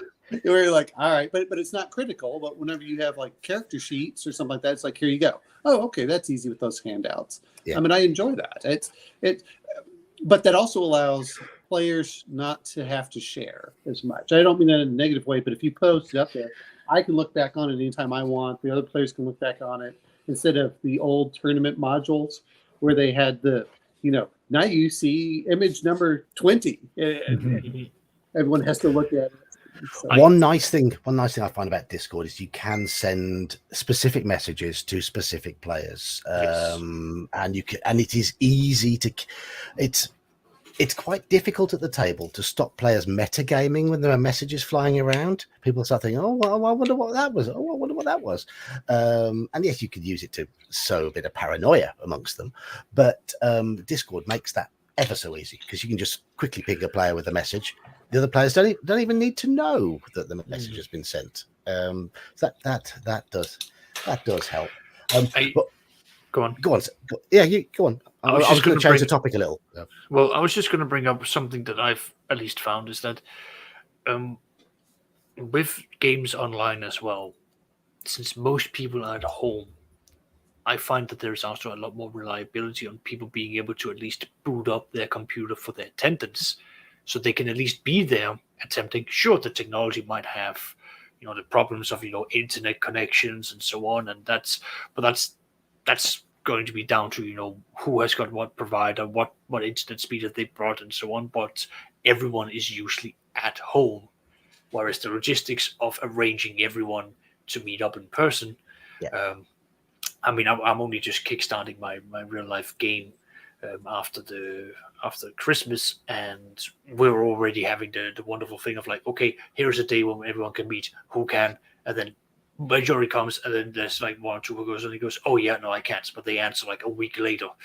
So it's like getting the whole thing of like get everyone to do things, respond, means that in this case, using my real life group, I pester people and I go, you're answering today, and I'm gonna start phoning people and go like, I need an answer. Because it certainly helps in terms of arranging games, and getting people. We can all sit in our own homes. I can sit and vape while I'm playing, and I don't have to worry about someone who might not like the smell of my vape juice. There's no issues about that. Well, it better be a fruity smell or something like that. There's not. I'd much rather have that than have the smell of coffee. No. Hey, well, the other part is, and to be fair, like for your games, I tend to wake up really early, so I'll wake up about 4 or 5 in the morning, do some things. I'm like, you know what, I'm going to take a nap right before. It's like, okay, I'll set the alarm for 7:45 in the morning so I can make sure I'm there 15 minutes. Okay, let me get ready for things. I don't have to dress up. I will say as much as it's a bit cheaper because we don't have to buy food for everyone. So. Yeah, there is that, and it's a break time, for example, as well. If you have a break time in a physical session, quite often everyone will wander off to the kitchen and take time making a drink. We can all go away to our own kitchens, quickly make our own drink, come sit down. Breaks can be easier to manage. Did my having to leave away from the stream bring up the conversation of breaks? One thing I will say though is I found it. Not saying this has happened to me, but I've heard it happening. It is people do tend to occasionally ghost out of games more easily online because we are all just talking heads at a distance. You don't have to face the person if necessary. Well, I will say as much as I kind of got mad when I was doing my Cypher game because I'm a stickler. If I say I'm going to be there, I'm going to be there unless something weird happens or something like that. Yep, and people kind of forget. I went, how hard is it to do this? You're online. You just put it in there. You set it up, and then when the people. To be fair, I'm the DM in my game, and the other day I forgot it was game day. Well, yeah. Well, I mean, okay. We do have these things here that you can set up. So it says, oh, I have a game in 15 minutes or something. Not that we always do that, but yeah, there's a lot of them. Well, to be fair, is if players are doing stuff, I just get up and do that. I don't have to worry about kicking the dog or getting bitten by a cat or something like that. There's some things like that, but I only love. I think there's a lot of positive things for it, and I will say this much: going to the PDFs and things like that, or some of the virtual tabletops. I do not have to carry 50 pounds of books and other equipment behind me. Yeah. You I know, will say there's pros and cons. Like with playing a game like Call of Cthulhu, it is in some cases easier, but also in some cases harder to do things like props. Like, because it's much easier to source some virtual props than it would be like a physical prop. Like in one game I needed like a big old gnarly tooth. I'm like, unless I'm going to sculpt that, but I was able to find, of all things, a tooth with a ruler next to it, picture in something like, and I was able to just like put a black and white filter through it, so it looked like it was a 1930s photo, and that was nice. So there's some pros and cons. Speaking of this, John, if you like the Conan system, they're on sale for you in Great Britain, so you can order them now for like 30% off. Oh, good. Oh, good. Thank Omenel's really pushing that Conan. Do you get like a kickback for pushing the Conan system? Of course he does. More dice. Mike, it's more players, but part of the reason for those systems in Call of Cthulhu, the way that John runs it, it's you don't really have to look everything up. I think that was part of the thing. It's nice to have all those charts and everything, especially this is one thing when we were playing in John's game as a player, and he's talking about the Palace of Versailles. So I started doing all the research of the Palace of Versailles and said, oh, well, can I go to the stables here? No, well, there's like 1,500 people. It gives me the ability to absorb in that aspect whenever you're playing a historical game. It's one of my favorite things about running Call of Cthulhu is all the research I get to do about the settings. Yeah, exactly. Well, and that's part of the reason I love role-playing games, because it encourages me to do stuff like that. It's like, well, let me see what this is. And I would say the Call of Cthulhu, at least you're talking about not having to look up things. It really is more a very DM-facing game. The players, unless you have some magic or an artifact or something, you're really not looking up much that's not easily expressed on your sheet on your sheet there. And I know John was talking about as players begin to learn it. I have the Call of Cthulhu books. I could look it up. Instead, I just go, hey, John, what do I need to roll? But how often does that need even really come up? I mean, it's like, because it's usually like, I want to do this, and then John's probably like, okay, give me a such and such check. Well, this was for critical attacks. Like when I used the pistol against it, and I said, well, I have this much luck. Let me go use it so I can lop off the vampire's head. That was I really didn't care. I was just like, I had like 50 points. I'm like, I'll modify it by 50 points if I have to. Yeah. Spoiler: you've just you don't get that back, man. You've just told everyone watching that Fenelix a vampire. Not that it's not obvious in the adventure. It's like, well, it's obvious just looking at the front of the. It's either that or he's Vigo. That was my first thought when I saw the cover. It's like somebody clearly watched Ghostbusters 2 or gave that as a note for the cover. I want it to look like this, but French. Sorry, right, go on. Next topic I want to come to. I mean, I want to come to another good thing about running games online. I have got a bad one coming up.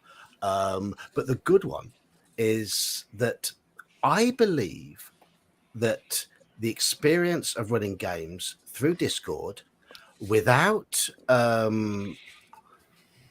any sort of physical representations and having to keep a group of people engaged over just a voice system has made me an infinitely better DM, because it has taught me a lot more in terms of how to express what's going on, how to really think about keeping people, being aware of keeping people engaged and what they're doing. There's a bidding war now. Thank you, Squirrel. I've got to put. I'll see your dorks and raise to nerds. All right, can I? Is anybody good for a dweeb? You don't have to change your channel name. It's you old nerd. The old nerd, yes. We haven't even hit Geek. I mean, everybody's just jumped past Geek. Oh, Geek is the $100 level. Is that? Oh, yeah, right. But no, I think that the running games in Discord has forced me to really sort of assess the way I DM, and to present the game in a more engaging manner, and not just sort of sit back and let what's, if I'm using a physical representation, let that do the work. So I'm going to say now that Discord has made me a better DM. It is as simple as that. I think it's a fair point. It's sort of like running with weights, it just builds a muscle. Theater of the mind is kind of a dying art, and I think it's worth keeping, because I think the best games are a hybrid. And having those theater of the mind skills definitely worthwhile. Well, I'm going to say this much because I know Elf Bait, even though you claim to be ADHD, I think that I have that aspect too, which is whenever you do it on theater of mind, it's not my turn. I can go off on other aspects and say, you know what? While they're doing that, especially if we split up, I can do research on whatever we're going to be doing here and look everything up. And so, I mean, at what point did I get into it? I'm trying to figure out what dweebs. Yeah. We have dweebs. All right. Jason Carr, we have dweebs. But have I mean, dweeb during sign. John's game, whether you realize this or not, is I was looking up like the Royal Army composition for soldiers and how many sergeants, were for X number of soldiers and stuff like that. Yeah, I you can go down so many rabbit holes. I remember I was doing one where part of the background of the adventure was a Danish expedition during World War II that, and I'm like having to figure out like what the Danish words for things are, because I'm trying to write captions on the backs of the photos. Yep. And that was challenging. But and did you realize I should have just talked to Saxius? I didn't know Saxius at the time. Thank you very much. Well, Where were you? Keeping you waiting, because I'm worth it.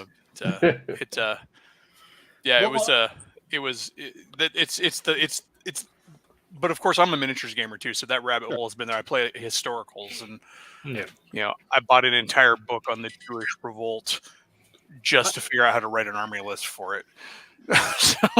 I'm going to say this much because it works out well. And Sean, I don't know what you do for all of your stuff, but his little miniatures that he uses, the Order of the Stick minis, those are great.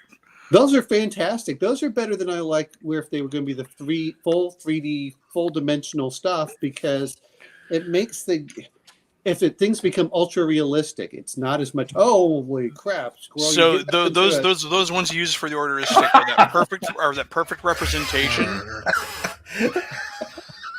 Nice. Oh, good God! What's the bidding war is derailing the. Did we just accidentally tap into telethon psychology? Cheers, Squirrel. Tonight, fellas, we are all geeks. We Thanks are to indeed. Squirrel. Huzzah! But Huzzah. can we reach the Grunyard level that L put out? 100 would be the Grunyard level. That would make me feel almost guilty at that. Are there any billionaires in the stream that can spare $100? Yeah, it's crazy. I've seen some streams where, like, some of the video game streamers, I'm like, $100. What are you doing? Yeah, and we're not talking about like cam girl ones. I'm talking about like ugly dorks playing video games.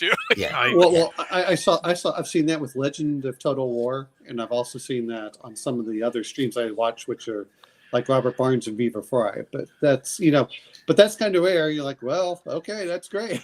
Yeah, I've seen. We are definitely a hobby full of people with disposable income. Yeah. Some more than others. Well, that's what we keep arguing about disposable income is, there's that age thing. And I'm going, some of these collector's editions for the M20 and stuff, those aren't being sold to 20-year-olds. They're being sold to people like me who are like, oh, yeah, I love this a lot. And so that's why, I think that's part of the problem of when you're looking at it. Like for Foundry's $50. And then I buy a module or whatever, and it's like 10 or 12. And that's really nice to have everything organized. And I really do like that aspect where they're bringing in that stuff like, oh, okay, I can use this for my game for this. I can use it.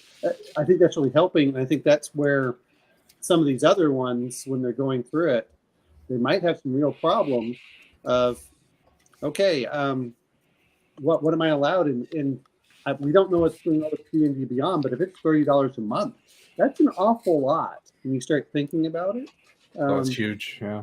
You know, It is a lot, yeah. especially if you're young and you're just coming out. Oh no, is this Alchemic Raker? Is he new? I don't know. He's new guy with something to show. Oh, we're ugly dorks now, huh? Yeah, Well, that was me Alchemic Raker. commenting on ugly dorks, playing video games. I think that's unfair to Saxius. He's a very attractive man. Yes, I mean, he's definitely got those chiseled Scandinavian looks about him that he covers up with that fur on his face. Hello, I have Alchemic a beard Raker. because I don't have a chin. Are you new to the channel? Oh, he's a lurker. He's a lurker. Oh. How long have you been lurking for, Alchemic? He surfaced. We haven't brought him up. We threw out the bait. Like I said earlier, we have nerd sign. That's right. Thank you, Alchemic Raker. And okay, we are now ugly dorks. Wait a minute. You know what? This might have just given you enough, John, to go buy Mask of Nialthor for Call Mask of of Cthulhu. Nyarlathotep. Yeah, Nialthor. Yeah, how do you pronounce Mask of Tongue Twister. it? Mask of that. No. Mask of Joe. What I am hoping to, I am planning to, and I think that, this has to be done. I might have to use this to upgrade my StreamYard, and so we're not operating on the stream limits. I think that's got to be the first step, because I do feel somewhat constrained by the 20-hour stream limit. I don't know if you could put up with me for more than 20 hours a month, but we shall find out. We shall find out. If we want to do live play, then that's at least an option. Because It is, can- yes. And if you I would like. upgrade, I'd love to do some live play. Yeah. Yeah. And I then mean, you can put 10 you could people host on the there. games, and you wouldn't even necessarily have to run them. I mean, you could just, So let's see, John. I don't know what it is for you, but what is the Mask of Niall? Mask of Nyarlathotep. Yeah, that's what it says. Slipcase is $130, or you can get the Malice. Yeah, but Storm that for adventure $90. is so huge that really most people don't have time in their life to play that. I've got bigger. Gentlemen. Well, I know Orient Express is not Gentlemen. small either. We are off topic, and I'm reining us back in. I'm sorry. That is bigger. That is bigger than Mask Yeah, of that's true. Nyarlathotep. Oh, good. Well, grief. wait a minute. How big is what is that? No, one? get back on topic. Sorry. I'm not having this. Careful, Saxis. He's just going to bean you with the books, and then we won't have to listen to you anymore. Call of Cthulhu books should need to be registered as weapons in some states. This is big as well. There we go. I'm sorry about all the thumping you're going to get, but there we go. That's a bigger as well. Yeah. Well, I think the new one says, how big is that? It's like $3 almost is what it looks like. The Keeper Screen Pack. Anyway. So okay, They're big. Well, it only says 8 pounds. That's all it says for that. I don't know how big the Orient Express is. So. Anyway, let's keep Saxius happy. Let's get back on topic. Okay, so I've made the statement. I believe that playing through Discord has made me a much better DM, because it's forced me to think a lot more about how I'm DMing. Think about the pace of the game. Think about keeping people involved. Think about descriptions. Even think about the preparation and whatever. But I'm going to also make the statement that I think relying on a visual tabletop such as Roll20, and I mean relying on it, can have the opposite effect, because as we've already said, it can make people lean into just expressing a graphical representation on screen and almost pulling back from the descriptions, because the nice picture of the room does it with its tables and its chairs. Guilty. And it's guilty and 3 or 4 orc things, and the players then say, orcs, let's attack them. Let's also mention real quick the fact that Fog of War screws up sometimes, and there have been times where I've ended up revealing the entire freaking dungeon by accident, Yeah. or uncovered a little bit. They're like, "Hey, what were those guys?" I'm like, "You didn't see them." You didn't see it, no, no. I really like the dynamic lighting on Roll20. The problem is it chews up so much of my memory that everything's so slow. And you can only do a map of such a so big before you're down to a crawl. Yeah. I- My computer can't handle it either. There are other things that I see my players do too, which is like scooting their tokens. Oh, and I'm going to go down this hall. I'm like, but wait a minute, I haven't even described the hallway, and you don't know what's down the hall. And wait a minute, or I have to sit there and say, stop. Yeah. Yes. Because now you're going to roll for like a dexterity check because a giant block just dropped from the ceiling. You're not all the way down the hall. And the amount of times as well. I mean, certainly when in our groups, and this is going to lead me on to another point, a bad thing about online games. If you are a lot of our games are sort of end mid session, and in the next session, if someone can't make it, for example, one of my groups scheduled a game for last Thursday, and I'm now playing in Sectious' game on a Thursday, so I couldn't make it. I know for a fact if I log into Roll20 now, someone was given control of my character for that session, just to move me about and just keep me there, because I was in the middle of the adventure with them. When I go to that character sheet and look at it now, I have already been told that the entire character sheet has been put through Google Translate and converted into French. And that's something that my group do to mess about. I'm guilty of doing that as well. But we have changed people's character sheets into Arabic before. At least I can basically read a bit of French. But when it was Arabic, that was impossible. And we've changed we've done some very rude changes as well. I'm going to leave it at that because we're having a family-friendly stream tonight. But the other bad thing I wanted to come to is it is very, very hard using a virtual tabletop to run a sandbox game. What?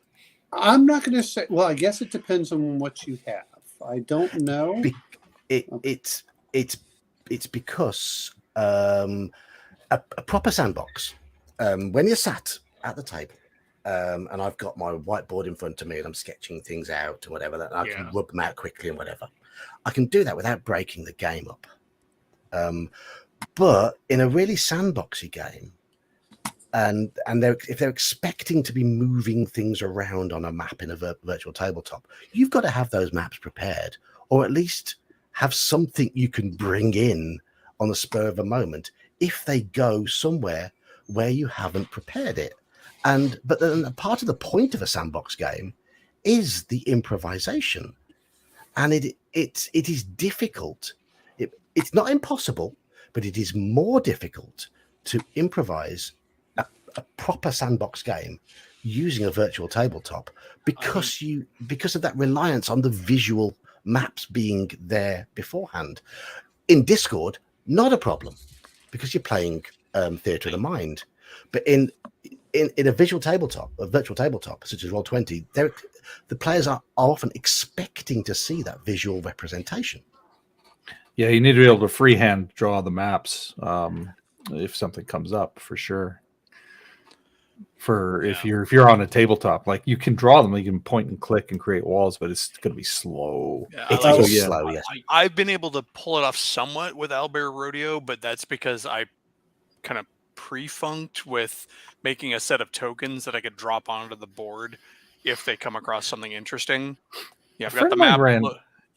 Sorry, a friend of mine ran a game. He had it was on Roll20. He had but he did it through a tablet or something, because he had a pen. He had that he can actually literally draw the map freehand draw the map through his device. It went to Roll20. That would make a difference. Yeah, Owlbear does have the little pencil tool too, and actually it has some pretty cool for being free and everything. It's great, but I what I'll do is I'll mark down locations that come up in game. And then I'll update my actual master copy of the map later on, and then. But I can't update the map that's already downloaded to Owlbear. I know on some of the virtual tabletops you can do that. So I need go on. No, there's Forbidden Lands, and then I can turn that on and off, and it just depends on what you're going for. And really, it's a sandbox game when you look at it. You just move hex by hex, and then you can drop stuff in there, which is kind of cool. I just select whatever I want and I drop it in. But you're right. And then they have this, which is pre-formatted for different things. I like some of the aspects, but you're right. If it's just going to be a pure sandbox, then you kind of just need something like this, and then maybe just have a few random things in there. But how critical? If you're doing a sandbox, how critical is it for you to have a perfect map? I don't know. It isn't. It's just that it does somewhat break up the pace of play. No, and I no, I'm going to have to step in here. I really have to. No, I have to disagree with you, because how much are you willing to put in for this? That's the real question here. If we are all sitting and thinking like, okay, we're just going to take like random assets and bump it down and then having to make it from there, you could buy that pre-purchased. It's pre-purchased. Why would you put down and like it's about if you want to run a sandbox, which is what I do as a majority rule, I buy pre-made maps. It is click, drag, here's a 30 by 30, bam. It's right there for you. I have got everything there. I might need to quickly go through and do dynamics, or better yet, go onto the DM layer and just throw down the damn tokens I want. I cannot disagree with you any more strongly, because this is the gap that there is between the usage and not embracing some of the technologies that you've got. It's just we're boomers.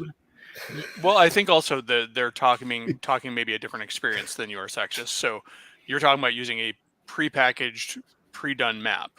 Yeah. But the sandbox they're talking about, I think, is the world does not exist until you experience it. And so every hex is like randomly generated to see what's in there as you progress. Just talking about, so like you don't even have a map of what's outside the town? But at the very same points, okay, so you still have hexes that you can buy, drop in, and it's the exact same thing you're going for. So I'm still looking at it from the point of view that you can buy this exact thing that you're talking about, put them down, then go, here's the hex, it's now a swamp. Or I also have swamp maps that are pre-made, or we can then do quick sort of gray or dark background and then just drop in a couple of things from there or draw it out. Hobbly, that's how it can be done. Like, I still think and I still believe that a lot of this can be done pre-purchased if you're going to go down that route. But then you as a DM, you've got to understand that you're going to be forking out the money for that. Mm-hmm. Now, I've done that because I want to do that. Sorry, go on. No. I think the thesis was not. I think the thesis was not that it can't be done. It's that there's a barrier to doing it. There's always going to be a barrier. I'll even argue there's an imagination barrier for some people, because if you don't have the imagination to sort of go out and think, okay, what can we do within here? What can I do with these things? Then that's a barrier you're going to have to try to find a way to overcome. And a bit of a leap, I know, but it was the first thing that popped into my head. No, I think, but like, for example, if I'm doing it at a tabletop as opposed to a virtual, which is what we're talking about, I have a blank piece of hex paper, and we roll on the chart, and it says hills. I can draw a hill. Yeah. I don't need to drag and drop. I don't need to worry about my computer bogging down. I don't need to worry about the hex snapping right. I can just fill in the hill. If we roll that there's a town, there are time-honored symbols for a town on a map that I can doodle with a pencil.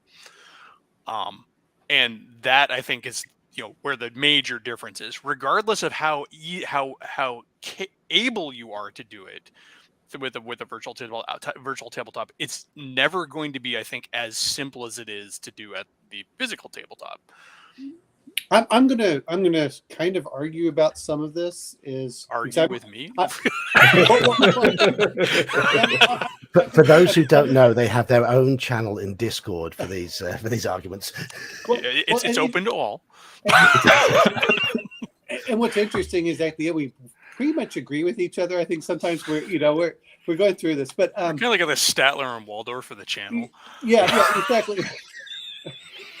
Hey! Another 20 years, we will be.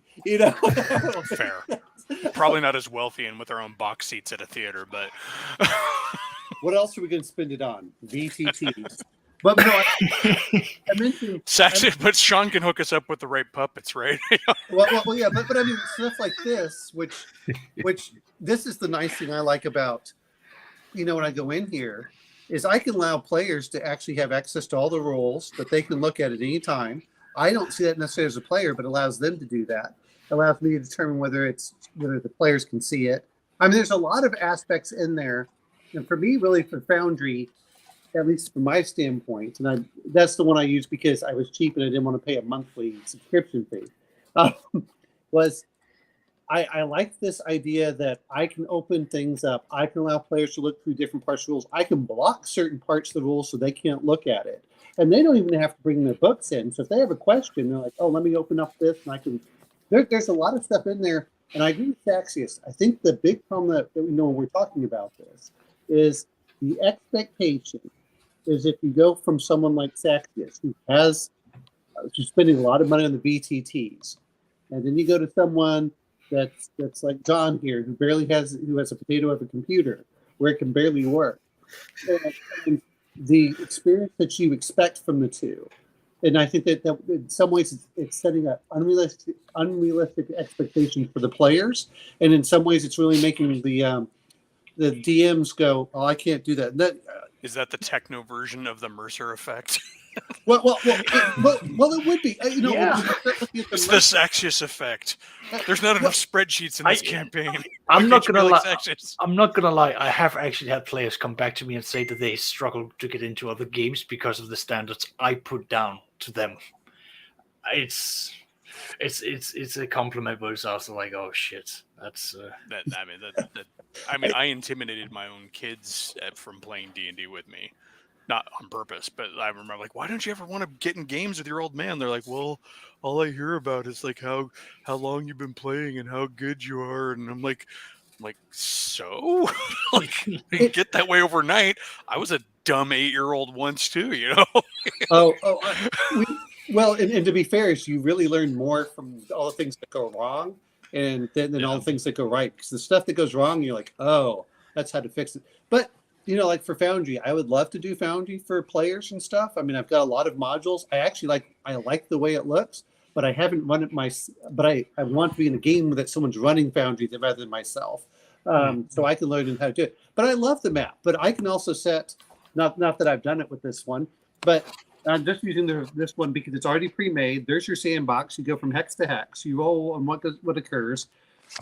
You have little tokens off on the side, which you can't see on here for the most part, but there are tokens right over here right over here, and I can drag and drop them onto a hex, and that says, oh, okay, so you can sort of build it that way, so everyone's different, and that really helps from like what Saxius is saying, and I don't have to put every map in there, and for modules, especially, this is the one thing I think that's I'm not going to say it's a real travesty, but that's very unfortunate for the Goodman Games stuff, is that they weren't allowed to print a PDF for PDFs, yeah. So you have to either do a manual mapping, things like that. But I do think that it's one of those that, you're talking about the Matt Mercer effect. Yeah, okay, I don't have a $4,000 plus table. I don't have a $500 DM screen. That's always existed though. The minute you played with the first guy who had the fully painted collection of miniatures and 3D terrain, and then went back to your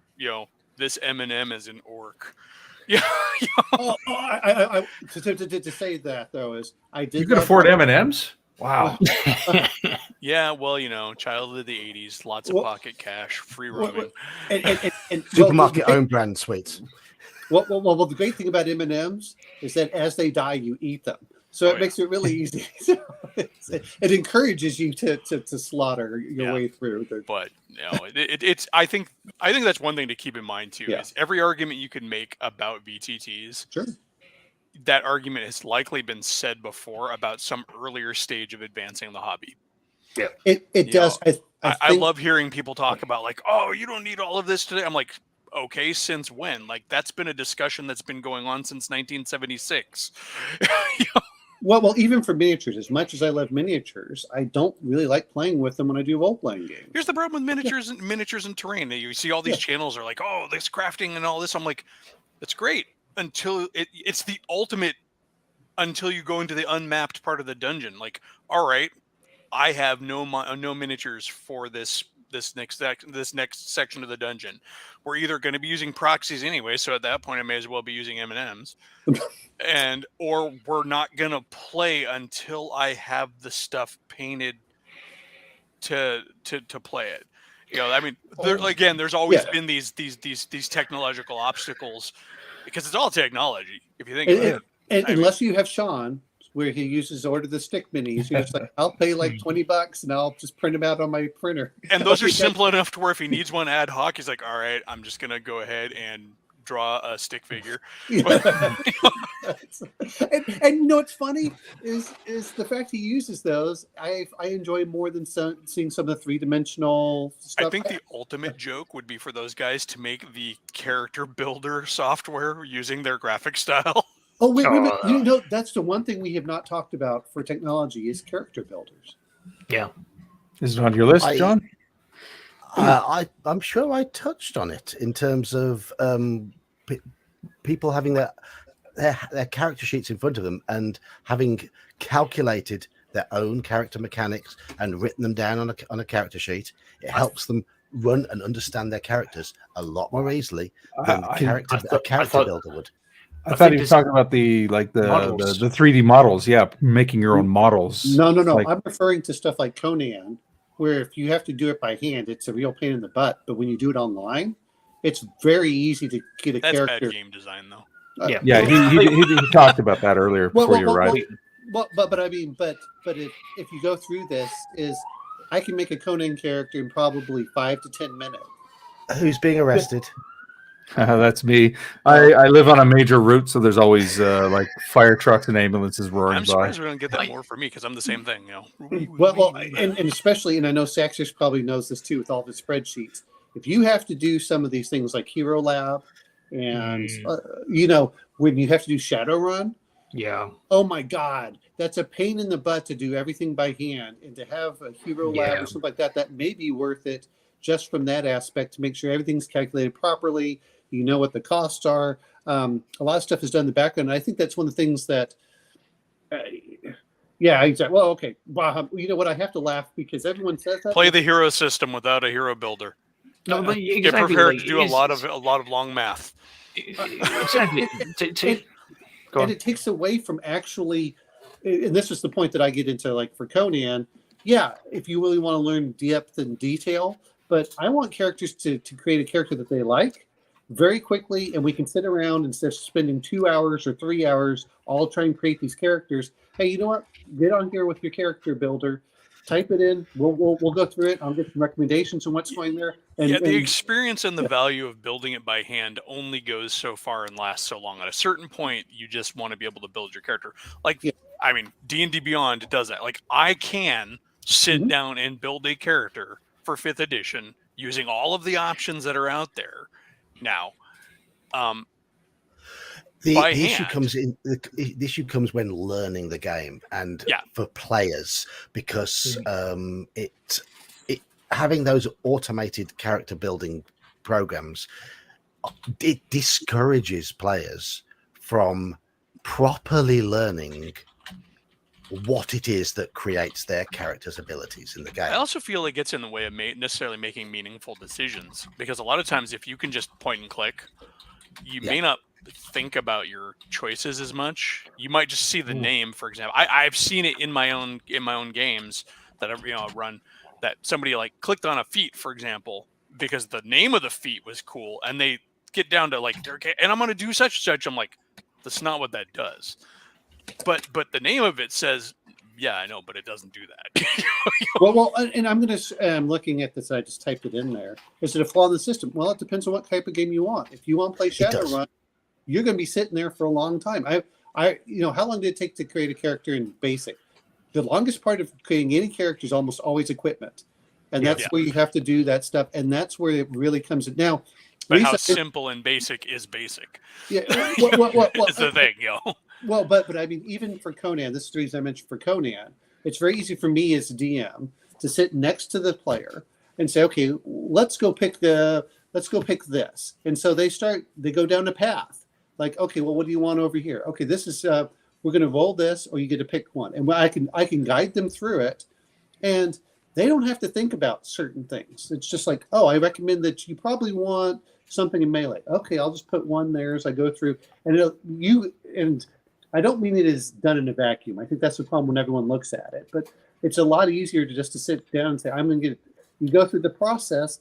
Not only that, it creates all the background, it creates all this other stuff, and you get a character sheet at the end, and the player feels that their choices were meaningful and gives them an idea of their background and everything else. Now, Traveler is very similar.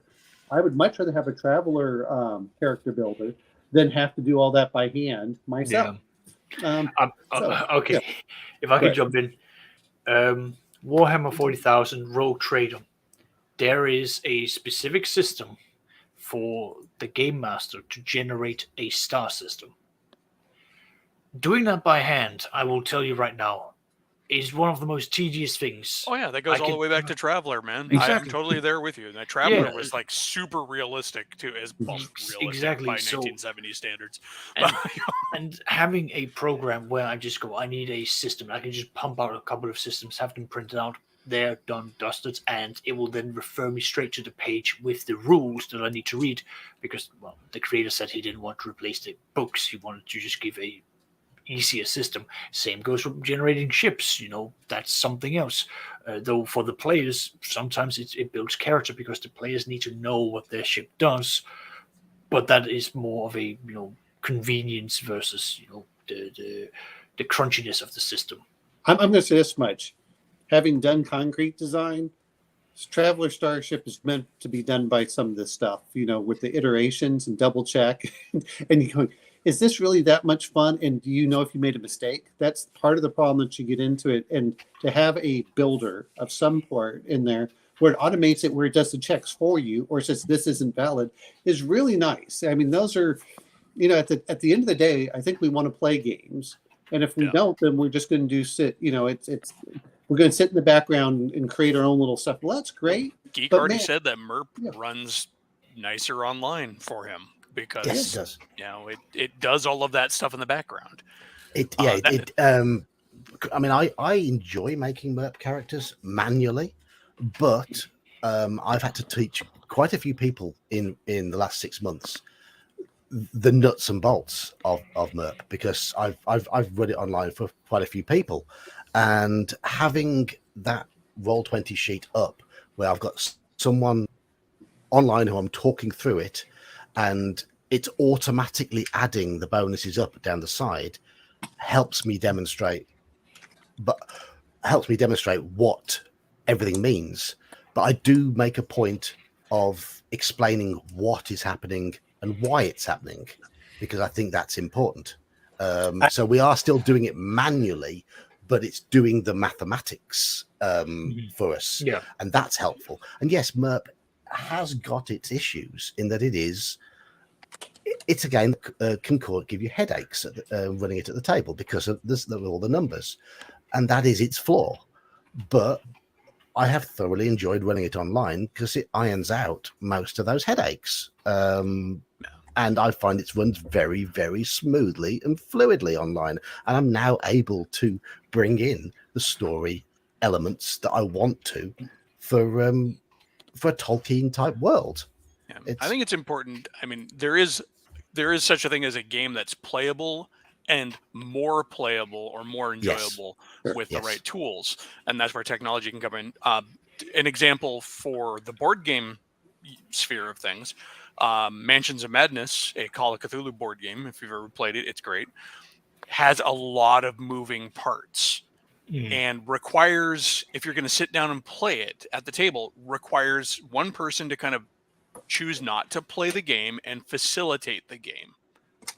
They created an app, however, that now does all the facilitation work for you and allows everybody at the table to play as equal partners in the game, and then goes forward and was cool enough to, the game gets down to be fiddly enough to where there are puzzles that you actually have to move the parts together to solve certain clues in the mysteries and stuff, the predetermined scenarios, they now have that on your tablet, so you can move them around. So you're not having to spend extra time laying down the tiles or finding them and collecting them. It frees up a whole other player, because every time we would play it, one person had to sit there and make sure all the cards got dealt out and everything was filed. It was still fun. It was a great game to play, but the technology made it playable for everybody at the same time. You could turn it into basically a GM-less game. It's not designed to be a GM, but you had to, because otherwise it was just fumbly and fiddly.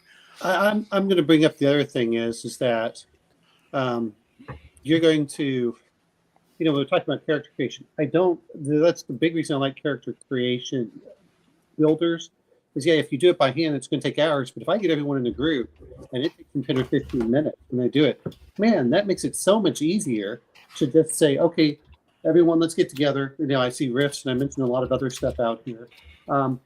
Let's sit down. We'll create your character. Boom, boom, boom, boom. Okay, now we can go out and play. And to me, that's the biggest thing is that session 0 of building characters, just like the Warhammer Fantasy Roleplay, which has a lot of rolling on different charts.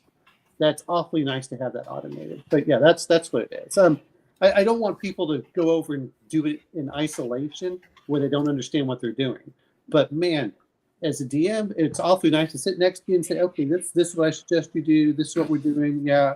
Okay, we're creating character. Can you do this? Can you do that? And boom, everyone goes through it. Another benefit I will say is the more fiddly character generation systems. For example, we mentioned like the hero system. It can bring all players onto a more even playing field. I played Hero with a guy who actually went to college with the guys who wrote Hero and has been playing it since the playtest days. And we'd all sit down at the table with a 250-point budget for building our character. And by the time I was done, I might have squeezed a good 300 points worth of effectiveness. And Bob is sitting there with like a 500-point character out of the same budget because he knew how to work the system so well. And that's because, A, he's a Boeing engineer, and that's just how his brain works. But also he's familiar enough with the system. A digital tool, however, allows me to play around with the numbers. Like, okay, because, if you've ever played Heroes, it's about you buy dice worth of a power, and then you modify them plus minus multipliers and divisors, based on the way that you modify the power. That's a lot of cascading math if you really get into it. The ability to sit there and go, well, okay, well, that's over points, but if I was to do it this way, and then everything shifts for you, you could really get into that game. And again, playing the character that you wanted to play became more viable in the system, and you were actually on a much more even playing field with somebody who may have a lot more experience in the game. But that's those more complex systems. One game I have found really benefiting from having a creation tool of some sort is Car Wars. There is a Combat Garage application for Car Wars. And yes, I used to, as a kid, I loved sitting down for 3 hours trying to build a $10,000 car for an arena combat. But I used to have maybe 4 or 5 hours around my friend's house on a Sunday afternoon. We decided to play Car Wars. We'd spend the first 3 or 4 hours building cars, and we'd get about 2 turns into the game, and my parents would turn up, and it's time to go home. Which was so that Combat Garage allows that to be done in 10 minutes. But that's a tactical game. That's not a role playing game per se. It's more like a board game. You're moving little counters around a grid map, firing guns at each other. But that is one game which has helped for that. But again, going back to RPGs, it does depend on the game. I mean, there's absolutely no need to have automated character sheets and character creators for something as simple as basic D&D. There's no need whatsoever. And as we get older, I find that sort of simplicity becomes something we do crave almost in a system. I certainly do anyway. I'm going to say this much because I think Zach will agree with me on this about the spreadsheets. Once you get to domain level play, oh god, yeah, you want those spreadsheets. You absolutely do. So I to say that it's not there, which I know we're all arguing with Elle there. You allow characters to get to do domain level play?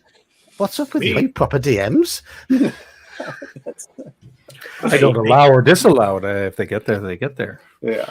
The question is, how many previous PC are they stepping over to get there? Yeah. See, now the mountain is built. well, and a lot of times, and I know this is where Elle's like, well, look, if I put it, because I used to do this as a kid, where I would do long lines of figuring out what equipment I had and, use up every gold piece. Man, I can put that into a spreadsheet now and I can type it off to the side and let it calculate a lot of crap. I'm like, okay, how much do I have left? You are a recovering power gamer, though, aren't you? You tried to squeeze everything out of everything, didn't you? Yes. I'm not saying that I'm not. I'm saying that I'm much better nowadays. And this is one of the reasons as I get older, I just ask if players say they have something and it makes sense, I let them have it. It's not necessarily that's in there, but to act like you can't do one or the other.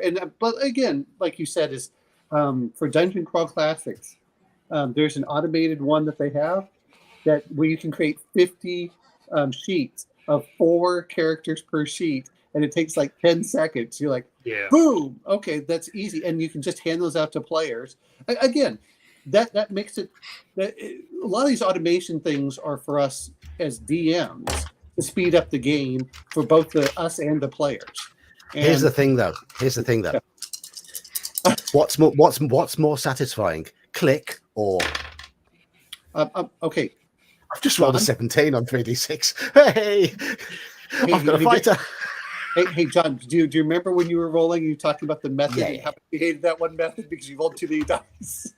I'm saying that it depends on which one you use that method. You don't use that method, though. But you can if it's automated. If it's automated, it's like boom. Okay, here. That method has no benefits whatsoever. It's a rubbish method.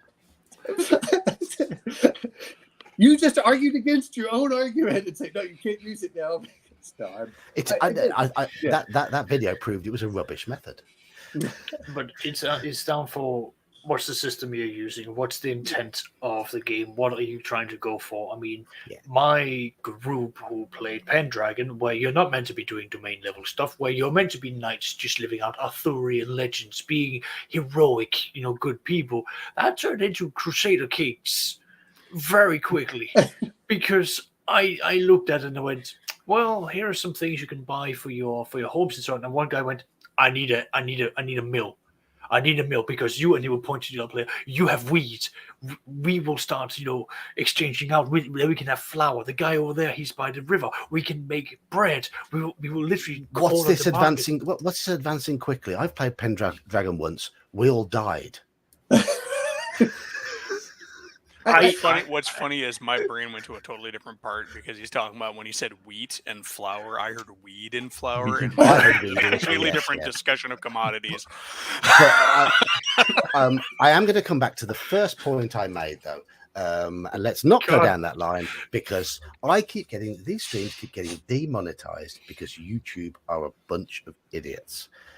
That's why I'm having a family-friendly stream tonight. So. No, I disavow smoking the herb. I have to say that. Wait. In my state. Hey, it's legal now in North America, so you shouldn't get North American demonetized. No. Wait. Just because Elfbane here looks something like Gandalf, and you're acting like Saruman in this case, talking about too much.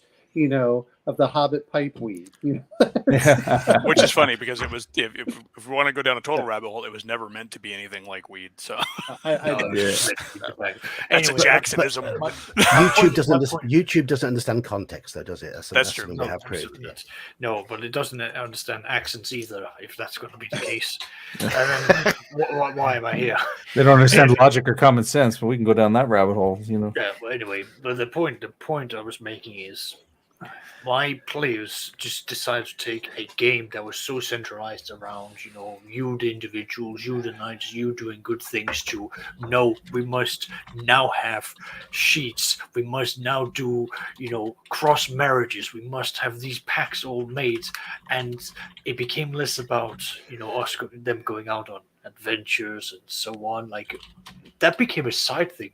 Suddenly it was more important about like, the stone over there with the sword, and that's nice, but who is going to be attending the wedding for Sir Robert and the daughter of Leon over there? We need to know that because alliances, and that's where every player had to have like a little sheet to keep track of who had what agreed, what treaties were set up, and I'm just go on. I'm just seeing Saxy starting to use World Anvil to make sure that they have the org charts and everything, so it goes down. Yeah, I really kicked myself. I actually had a free full access account for World Anvil when it first came out because they tagged me as one of like, you sound like an interesting YouTuber, Kai. The only thing YouTube ever got me when I had my channel. And then I found I wasn't using it, so I shut it down. And I'm kicking myself because it grew so much after that. Because I'm like, when it first came out, I'm like, this is good, but I can do this on a Google Doc. I mean, I'm looking at it. It has org charts, family trees, bloodlines. It just seems like their map. We're talking about being able to do a hex crawl or going across the world map. You can drop pins in there that can actually, you click on it, it explodes a city map out of it. It's like, talk about cool digital tools. Yeah. Well, I like this diplomacy web I'm seeing in it. The question is, how much is it? Yeah. How much as a DM do I want to get into this? And the fun I actually, at this point, I don't want to get a full membership to it now because I would never run games again. I just spend time, and like my fingernails growing long and my feet going into old Kleenex boxes as my beard gets longer and longer, and I start collecting my own urine just so I can build my own campaign world constantly. The question for me boils down to, Anvil would be absolutely fantastic if I took one setting and focused on one setting, one game, one system, just for that. I don't do that. I change my systems out once a year per group, give or take. Some of them survive into like 3 or 4 years before we then say, right, let's switch it up. That's just how I am. But then again, you mentioned that. I remember on a quote on a miniatures group saying, the key to happiness in miniatures gaming is to pick one scale, one time period, one time period, one genre. Because then you'll always be working towards building it. Like if you're playing Napoleonics in 28mm, everything you ever buy for it or paint for it just goes to growing the same thing. Unlike me, who's got 2 squads of this, half an army of that. I've got terrain in 3 different scales. Same thing goes with RPGs. How many campaign worlds? How many campaign maps have I started? How many campaign maps have I finished? How many campaigns have I actually run? I was diminishing each time. Started loads, finished not many. Run. As I said at the beginning of this stream, I have 14 different games on my shelf as is, and I just leaned over and I realized, oh wait, there are more. I know. That's why I was joking with you about being a piker. So I'm trying to figure out. He's on his phone, so he can take him with us. Well, no, this is my iPad, though. Oh, well, there you go. I'm just looking at it. I'd have to squeak and move a whole desk across my basement. Geek. Are we counting the World of Darkness as one, or each individual for theirs? Well, technically, that's more or less the same world, same system. So I lumped all my 40K games together for simplicity. Yeah, I feel the same way for a lot of that. I mean, it's funny because we go through that, and I agree with you. But I think the advantage of some place like World Anvil is not for us to create it, but to find that one person who does create it, and we can just grab their world and stick it into ours, or just seamlessly. Yeah.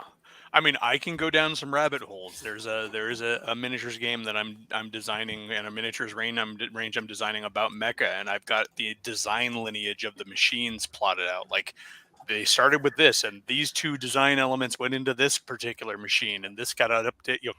If you're familiar with anything anime mecha related, you know that like machines often have lineages that they go through. Yeah. This is a derivative, like real world technology, you know, and so I have that plotted out. You mean like the M1 Abrams, A1, A2, A3, or even like the Sherman, the technology from the Sherman was then carried forward into the next generation tank, da da da da da. Yeah. But they learned that they got this technology from this enemy over here, and so now it's integrated. Well, I'm trying to think of what I was going to say there for one. Anyway, Sorry. oh no, what it was Joan of Arc Time of Legends. I saw was on sale at Miniature Market. I'm going, I don't need to spend this kind of money, but I love the size of the dragon. So I said, all right, I'll save my money. I don't need to spend it on that. I should keep spending on my farm. So. All right. Is anything more to do with technology we want to discuss? Because I had something else that's completely gone out of my mind. I can't remember what it was. It's gone now. Speaking of technology, I'm going to mention one more thing.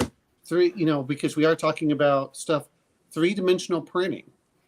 That was it. That's what I was going to bring up. Have any of you tried 3D printing? Because I haven't got a 3D printer, but I know I've seen a few people who I've engaged with online who have, and they love them. I don't have one yet, but I have lots of printed miniatures because I have a buddy back in Washington who prints all my stuff. It's like I actually have STLs and I collect STLs for when I do get a printer. But they're coming down so much. I mean, a usable printer for miniatures, for example, is about $300 now. The big thing is, do you want resin? Do you want filament? And actually, Resin. filaments are getting pretty good. I'm not saying that resin gives you the best, but if you're just doing something brutal, well, for terrain, you definitely want to go filament, unless you're doing super detailed terrain. Because the biggest problem with filament is you really get the settings dialed in, or else your layer lines are way too visible. But it's really cool. I mean, honestly, I love it. And the neat thing is you can print things that you cannot cast. Yes. Or that would be really problematic to cast. One of the dialogues that goes around in the science fiction miniatures setting is, where are all the really alien aliens? The ones with really weird anatomy. The problem is that ones with really weird anatomy, they don't really sell well. So it's like one of those I really want these, you and 2 other people. But also, a lot of times that anatomy is really hard to cast because casting has to work on a flat plane unless you're going to cut it into 8 million pieces, which is then itself problematic. But 3D printing, you can print things with interlocking moving parts that are printed in place and then function. Like my brother printed his my niece wanted this slug printed out. It's an articulated slug with each segment moving around. Yeah. It prints as one piece, and then you just go crack, and all the little connecting pieces disconnect, and then it slinkies around but doesn't come apart. Has anyone ever created a miniature for a gibbering mouther? Oh yeah, I'm sure those have been around forever. I've got my order this stick gibbering mouther ready to go in case the characters encounter one. That's the one That's one of the D&D easiest monster. things to sculpt. Is it? Well, I've never seen a miniature for a gibbering mouther. I will say the more weird and amorphous and odd that your monster is, the easier it is to sculpt. When I first started sculpting, I started sculpting aliens because nobody could tell me they were wrong. Like that's not shaped right. Have you ever seen a Devonian? No, I have. I drew it. I made it up. But drawing humans with exact gear, that's when it started. The harder, the more precise you get, and the more known something is, the harder it is to sculpt because you have to be precise. And if you do true scale, it doesn't look right a lot of times. They look thin, or it's that's why Warhammer figures have big giant meat, hams for fists, and barrels are always thick. It's also a matter of casting too. With cast miniatures and even with 3D printing miniatures, if the things are too thin, they're not going to produce right. So. But anyways, that was probably a longer answer than John wanted. Well, here's the other problem that you have, because all you guys can't really go outside during the winter. So if you're doing resin, you have to be real careful in all the fumes and things. So basements have windows, and I have fans. I'm also installing a vent hood so I can spray paint in the winter. Yeah. So because spray paint, rattle cans are hard to do outside when it's too cold because the paint just doesn't come out. But yeah, I've got daylight windows, so I'm going to take one of those out, bolt a vent, an actual grate over it, and Sure. run a vent hood over it with a fume hood. I didn't know basements had windows. We just don't have basements over here. Not all basements have windows, but in the Midwest, you tend to have daylight windows in your basements. Yeah, I mean they're usually like it's like 3/4 they're actually in the ground and 1/4 that's above. So yeah, mine it's basically like 2 feet above. 2 feet of my basement are above the ground. So, but it's 3D printing is great. Not only is it great for miniatures, it's also great for game aids, measuring tools. You can print dice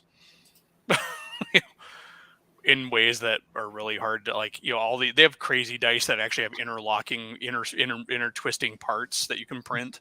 Mm. Like a Rubik's Cube type dice. Kind of, or like for example, they've got like a 20 that's in a 20.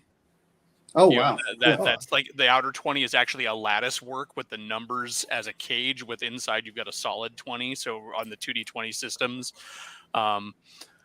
the other neat thing is for physical tabletops, map tokens. There's a great set of tiles out there you can print that are world tiles, and this is actually I've seen a couple of great videos where here's a hex. It's got mountains on it. I can now paint the mountains, and like as you're doing that hex crawl, we can lay down a physical map and we can put it on the wall, and it's got like topography and stuff like that. It's really cool. Villages and stuff. Settlers of Catan style. Yeah, and with 3D printing, you can make those hexes as small as you want. I actually picked up a thing from IKEA once that was this stupid clock that was made up of hexes because I wanted to sculpt one of those my own. It was a customizable art clock that had all these hexes that interlocked with each other, and I'm like, hexes, you say? well, isn't terraforming Mars? They have something like that but I've seen those where they're the little hexes. You can actually put a city in there. You can put they're really cool. And that's and like you said, is especially when you're talking about a hex crawl, man, you can just lay those down, boom, boom, boom, and you can start seeing really good out. And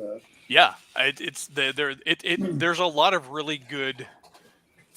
And besides the miniatures, physical tabletop aspects that you can do. I mean, you can print spell effects in clear resin.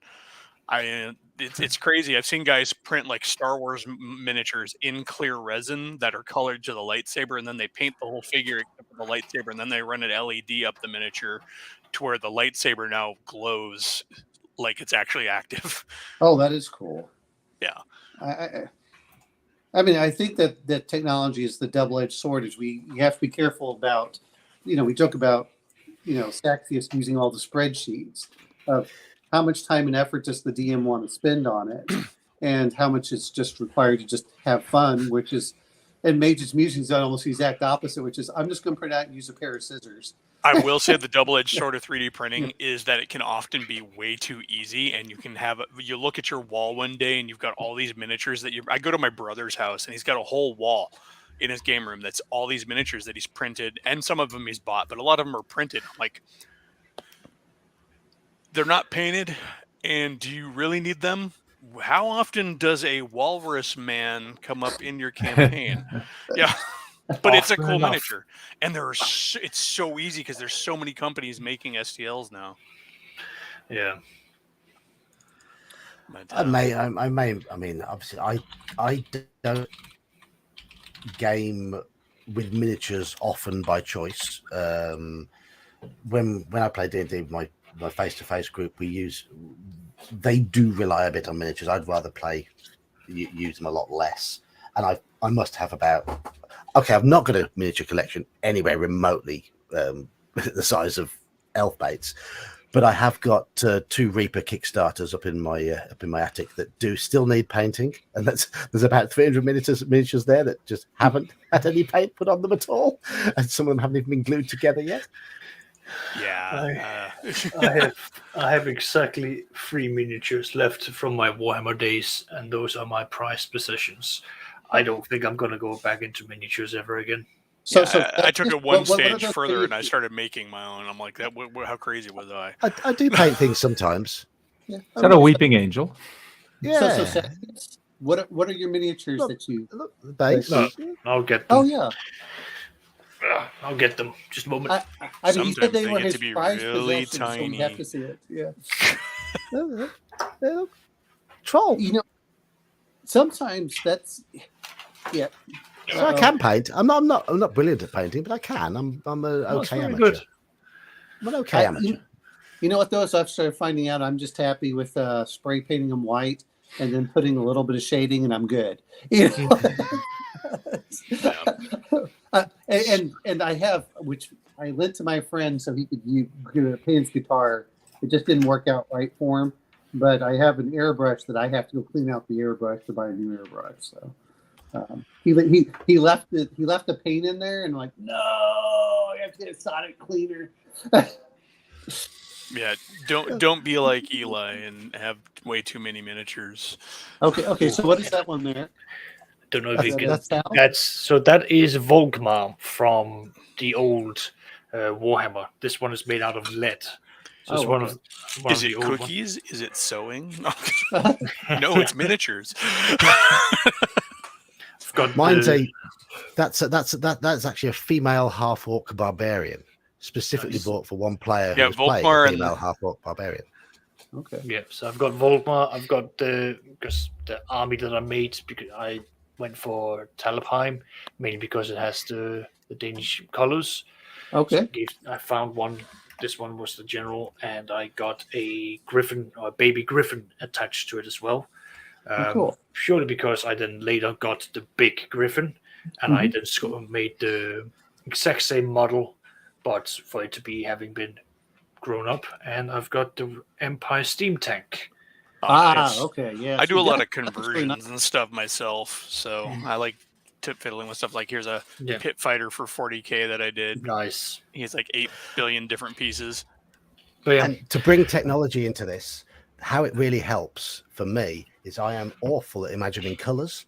So what I do is I go on the internet, look for people who've painted identical miniatures, and look at the sort of colors they're using. And that's why painting guides are a thing. Yeah. I'm going to bring up something here because you were talking about M&Ms. I'm just thinking, if I could just do what Sean's doing over there and just make, like Necco wafers and things, and they just put little pictures on the front on there. You just cook your food, and if you kill the monsters, everyone gets diabetes. Yeah, but when your miniature collection starts looking like a bunch of acid tabs, you may have a problem. Well, I was thinking you just cook them in there. You just here you go. Okay, we'll do this. Everyone get cookies. Okay, we're gonna have a big battle today. Oh boy. You just need stamps. You just need to stamp them appropriately. If I had a better camera, I might actually stream on my stream about miniatures more. People are like, you should do miniatures talk. I'm like, I can't. It's a visual medium, and I don't have a good enough camera. Alchemic Raker has asked about music at the table. Now, I've already made my opinion of music at the table pretty clear on previous streams. I find I don't use music at the table. In fact, the best way to describe my approach to music at the table is I find it if I'm role playing out something, I find it very, very distracting. If I like the music that's being played, my attention switches to the music and not the game. If I dislike the music being played, it just aggravates me. I've got no filter.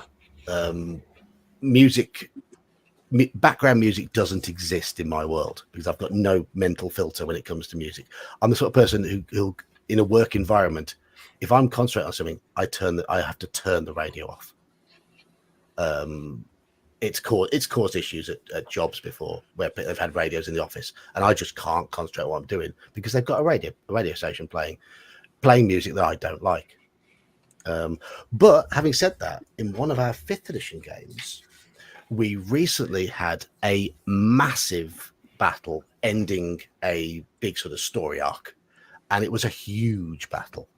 It was about 6 player characters with an elemental thing helping us, and we were up against dozens of troglodytes of varying abilities, including leader types and lots of troglodyte minions running around. It was enormous. And most of our battles up until then had been small skirmishes. This was pretty much the big defining battle at the end of this one. So it didn't matter that this was a big one, and it took up most of the session.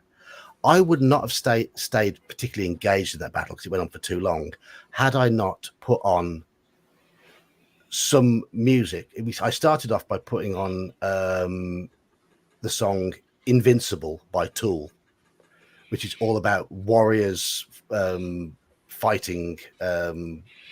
I thought that would be apt, and in the end, we had heavy music playing throughout the entire combat, and the effect on me, it kept me that actually kept me engaged for the first time ever. It actually kept me engaged in the session because I was up and moving about and jigging about to the music. Because I get into the music if I really like it, but I was also having my mind up because Elfbait will know he's got the same sort of condition. Sometimes your mind wanders off to other things, and that battle, I'd have drifted off an hour before the end. My non-committal sort of brain that doesn't concentrate very well would have just disappeared. But I had aggressive music going, only on a phone, but it was mostly Tool songs because I like them. But again, it's because I liked the music, and thankfully the people in the session also like that type of music. Otherwise, it wouldn't have gone down well. Well, and for me, I want music that's appropriate. So to me, Tool playing in a D&D game would be the wrong thing. I'd rather do Conan or something else. And you got to get Conan in there somewhere, don't you? Even in the music. You want me to play some? No. No. I mean, well, The Witcher 3 is another one I like. I like scores. I don't like songs for a lot of it. Right. Because I wanted to inspire whatever I saw on the television screen and was appropriate. It's just like if you play Star Wars. If you're playing Star Wars, it better not be hearing Star Trek music. You got to be playing Star Wars music when it's appropriate. I think that's, the idea is to bring you into it. But I think in some ways, I know, what is it, Sirenscape or something like that, has background, and I have some stuff on Foundry where they play it. There's one thing I liked about Roll20 is it has a pretty good stock library of music. Yeah. And ambience is the key, especially with Roll20, because it's easier to manage because you can just point and click, and you can change it up or whatever. Playing Call of Cthulhu on Roll20 is like they've got like a diner ambience, so characters in a diner. We got like they're in a jazz club. Kind of speaking to the actual question there, like how do you handle it? Remember to switch. I don't. I've tried using those DJ programs and stuff. I think as you were getting to a Sirenscape, running through Owlbear Rodeo is neat because you can actually share audio from a particular window, and I'll keep YouTube open and I'll have it running the audio for YouTube, and then I can real quick anytime I want just type in a search for Spider Lair ambient music. It's there because YouTube has all of the things. Spooky haunted woods, bam. Yeah. Well, and I think those are great. But I was just mentioning Sirenscape because I know that they sell stuff for that.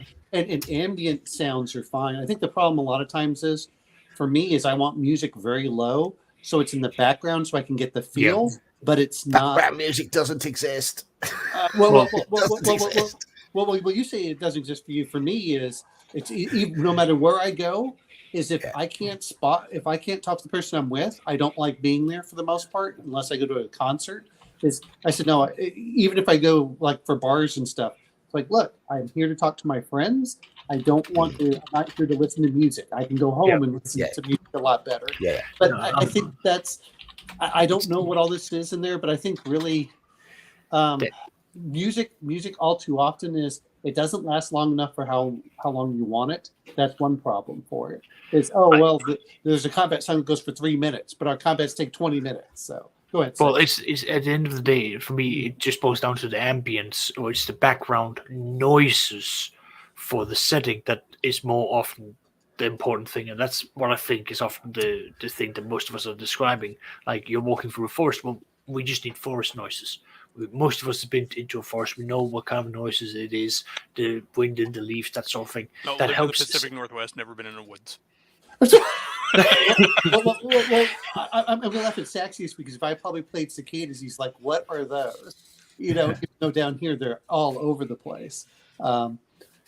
Different things get in there, but yeah, especially if you have characters at night and they're trying to rest or camp, and you have some of those weird sounds from animals. You're like, "What the hell is that?" It's like, the only thing I want to think about that though, I like on a tangent here. I'm gonna venture a guess that people in those times were probably a little less sensitive to nature critters sounds. moving in the night and nature. Yeah. It's like, it's like now. Granted, they probably were still aware because wolves are a thing, but wolves have never actually been as bad as man has thought that they were.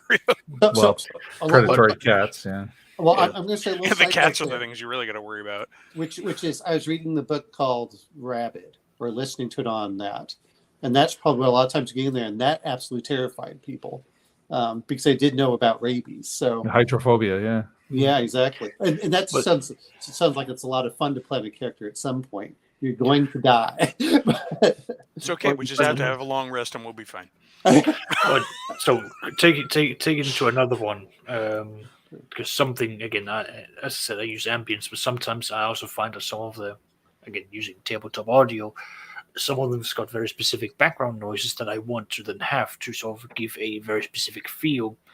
A good one was when I was running a Warhammer 40,000 game, Deathwatch, but they had come across a person he was a what's called for a tech priest. Basically, he had reassembled himself in such an extreme cybernetic way that he had just taken many different machines, and a part of the ambient soundtrack is that you could hear the support noise of someone being on supported lungs. The whole going in. So I would time some of my pauses when I was speaking as the character to bring in the fact that this guy needed air, and then that because that ambient music was or the ambient noises put that in, it suddenly made the players, they were very hesitant. Everything was suddenly spoken with gravitas from this one character, and it was all because I was taking very precise pauses to mimic the fact that this guy couldn't speak for long because he had no lungs. He had to live off life supports while he spoke. The right ambience goes so far because on YouTube there's a really good track. I've got a bunch of tracks for like when I run Alien because I do want to run Alien sometime. I've got one that is just like 2 hours of just that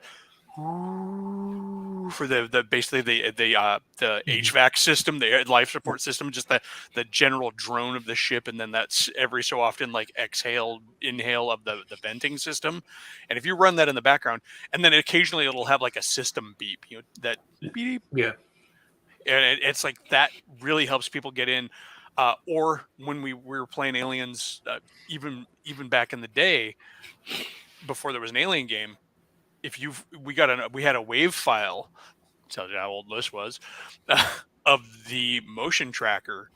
Oh yes, just the default click, click, click, click, click, and then I could queue up the next wave file to when it started pinging. You beating, beating, beating, beating, and then the players are going, "Oh crap, something's moving," and they're like, and then the automated cleaner droid goes by, basically the space Roomba. Well, the other one is. Because this is really common, seagulls in the background if you're at a port. Yeah, that's just those aspects. Or just ambient harbor sounds where you got people barking out, and you got the creak of the ships and the seagulls, the bells. That all sets the tone. I'm trying to find stuff for cruise ship ambience for this Call of Cthulhu campaign I want to run for my group. It's basically an Atlantic crossing on a luxury ship and the comic hilarity that ensues.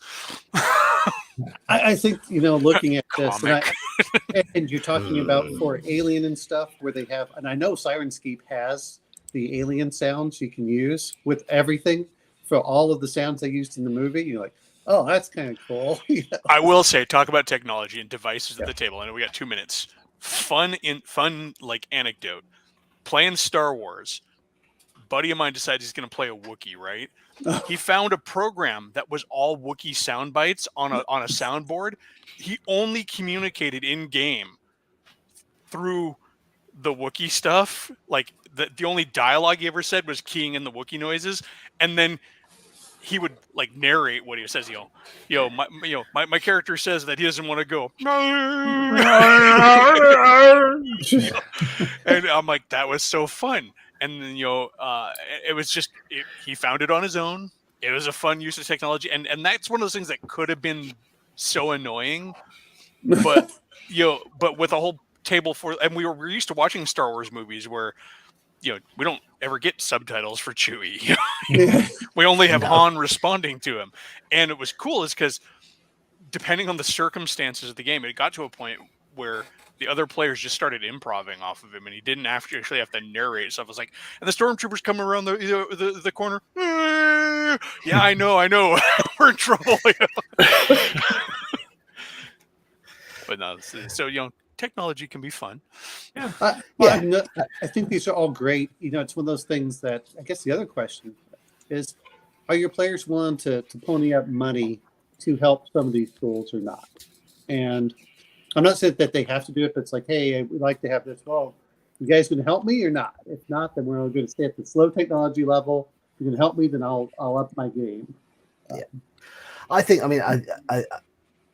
as has been said in chat, we have managed to keep on topic almost the entire stream. We have touched on all manner of different types of technology that can be used. I don't know. Zach just has a spreadsheet of all the points we went off topics on. I'm sure a performance review will be coming soon. I have other things I need to keep a spreadsheet on for tomorrow, and tonight I decide to relax a little on certain things. Tomorrow night we're goblins. About that spreadsheet and just goblins. I lick it. It's mine now. That is the rule in my goblin campaign. If you lick it, it's yours. I have to say, I particularly liked the zodding things with the hoe. That was fun too. The yes. You got a garden utensil called a hoe, and I don't need to explain what kind of puns ensued for the rest of that night. I just think like I'm going around zapping things with the hoe. It was a battered and broken hoe as well. Yes. And if anyone in chat is familiar with the South Park song, where Cartman is attempting to sing "Oh Holy Night" and is getting zapped with a cattle prod, I emulated that scene in that game because goblins don't like coming in contact with iron. I held the wooden end. There were goblins between me and my dinner, so they got bzzzt, bzzzt, bzzzt, So anyhow, yes, it's all in good fun. It's all in good fun. Thank you, Roland. Thank you for the thank you for the feedback. But yes, we are at pumpkin hour.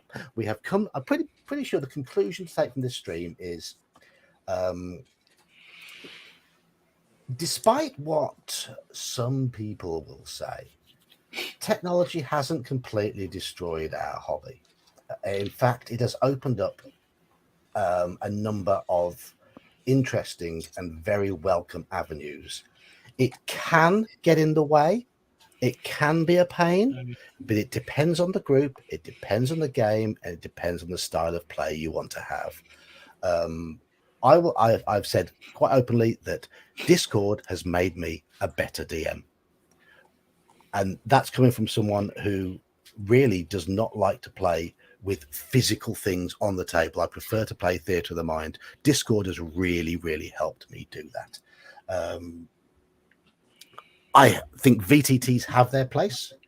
I'm not a massive fan of them because they tend to lean towards a more tactical representation of the world, and it can, as Elfbait has also said, it can make us as DMs almost lean on those visual representations a little too much. Yeah, I'll go so far as saying lazy. Lazy, yeah. But on the other hand, it's clear from his videos, Sean uses them, and it doesn't get in the way of his games because he manages to stay on top of it, use the tactics, but also embellish it with the role playing. But I think that a part of that comes from your group as well, Sean. You've got a group of people who are confident actors. in that Some, group. yeah. I've Yeah. others who aren't in that business at all. But I think everyone But I feeds to each hybridize other. it. I Yeah. hybridize it. Like I'll have Yeah. them put the minis on the table, and we leave them there. We don't play with them for every little thing. Yeah. But and then we'll theater of the mind it, and it's like, oh, a combat has happened. All right, let's create the situation. Then we go from there. And it's safe to say technology should not be entirely relied upon, but it's there to enhance the game as and when is suitable for your game system, your table, and your campaign, whatever your game may be. Don't rely on it, but use it, because without it, we would not be here talking now. We would not all know each other. We'd not all chat in Discord. We'd not all be playing regular games in Discord, which we are doing. So embrace it. And on that note, I want to say thank you to I think we ended up being ugly dorks. Yep. What was it? The ugly dorks, I believe, was the. Yep. Yes. I think that was the final winning one. Yeah. So, thank you to Alchemic Raker for leaving us with the ugly dorks moniker. T-shirt will be in the merch store soon. Yeah, if you want to come up with an ugly dork motif for the t-shirt, you're more than welcome, and I'll put it in the merch store. Right. Thank you, Sean. Thank you, Saxius. Thank you, Omanel. Thank you, Elfbait. It's been another great conversation. Thank you, everyone who's been in and out of chat all night. This has been the Midweek Geek. I've been the Old Geek, and I'll see you on Friday. Good night, everyone. Night, everyone. Yeah, night. Right.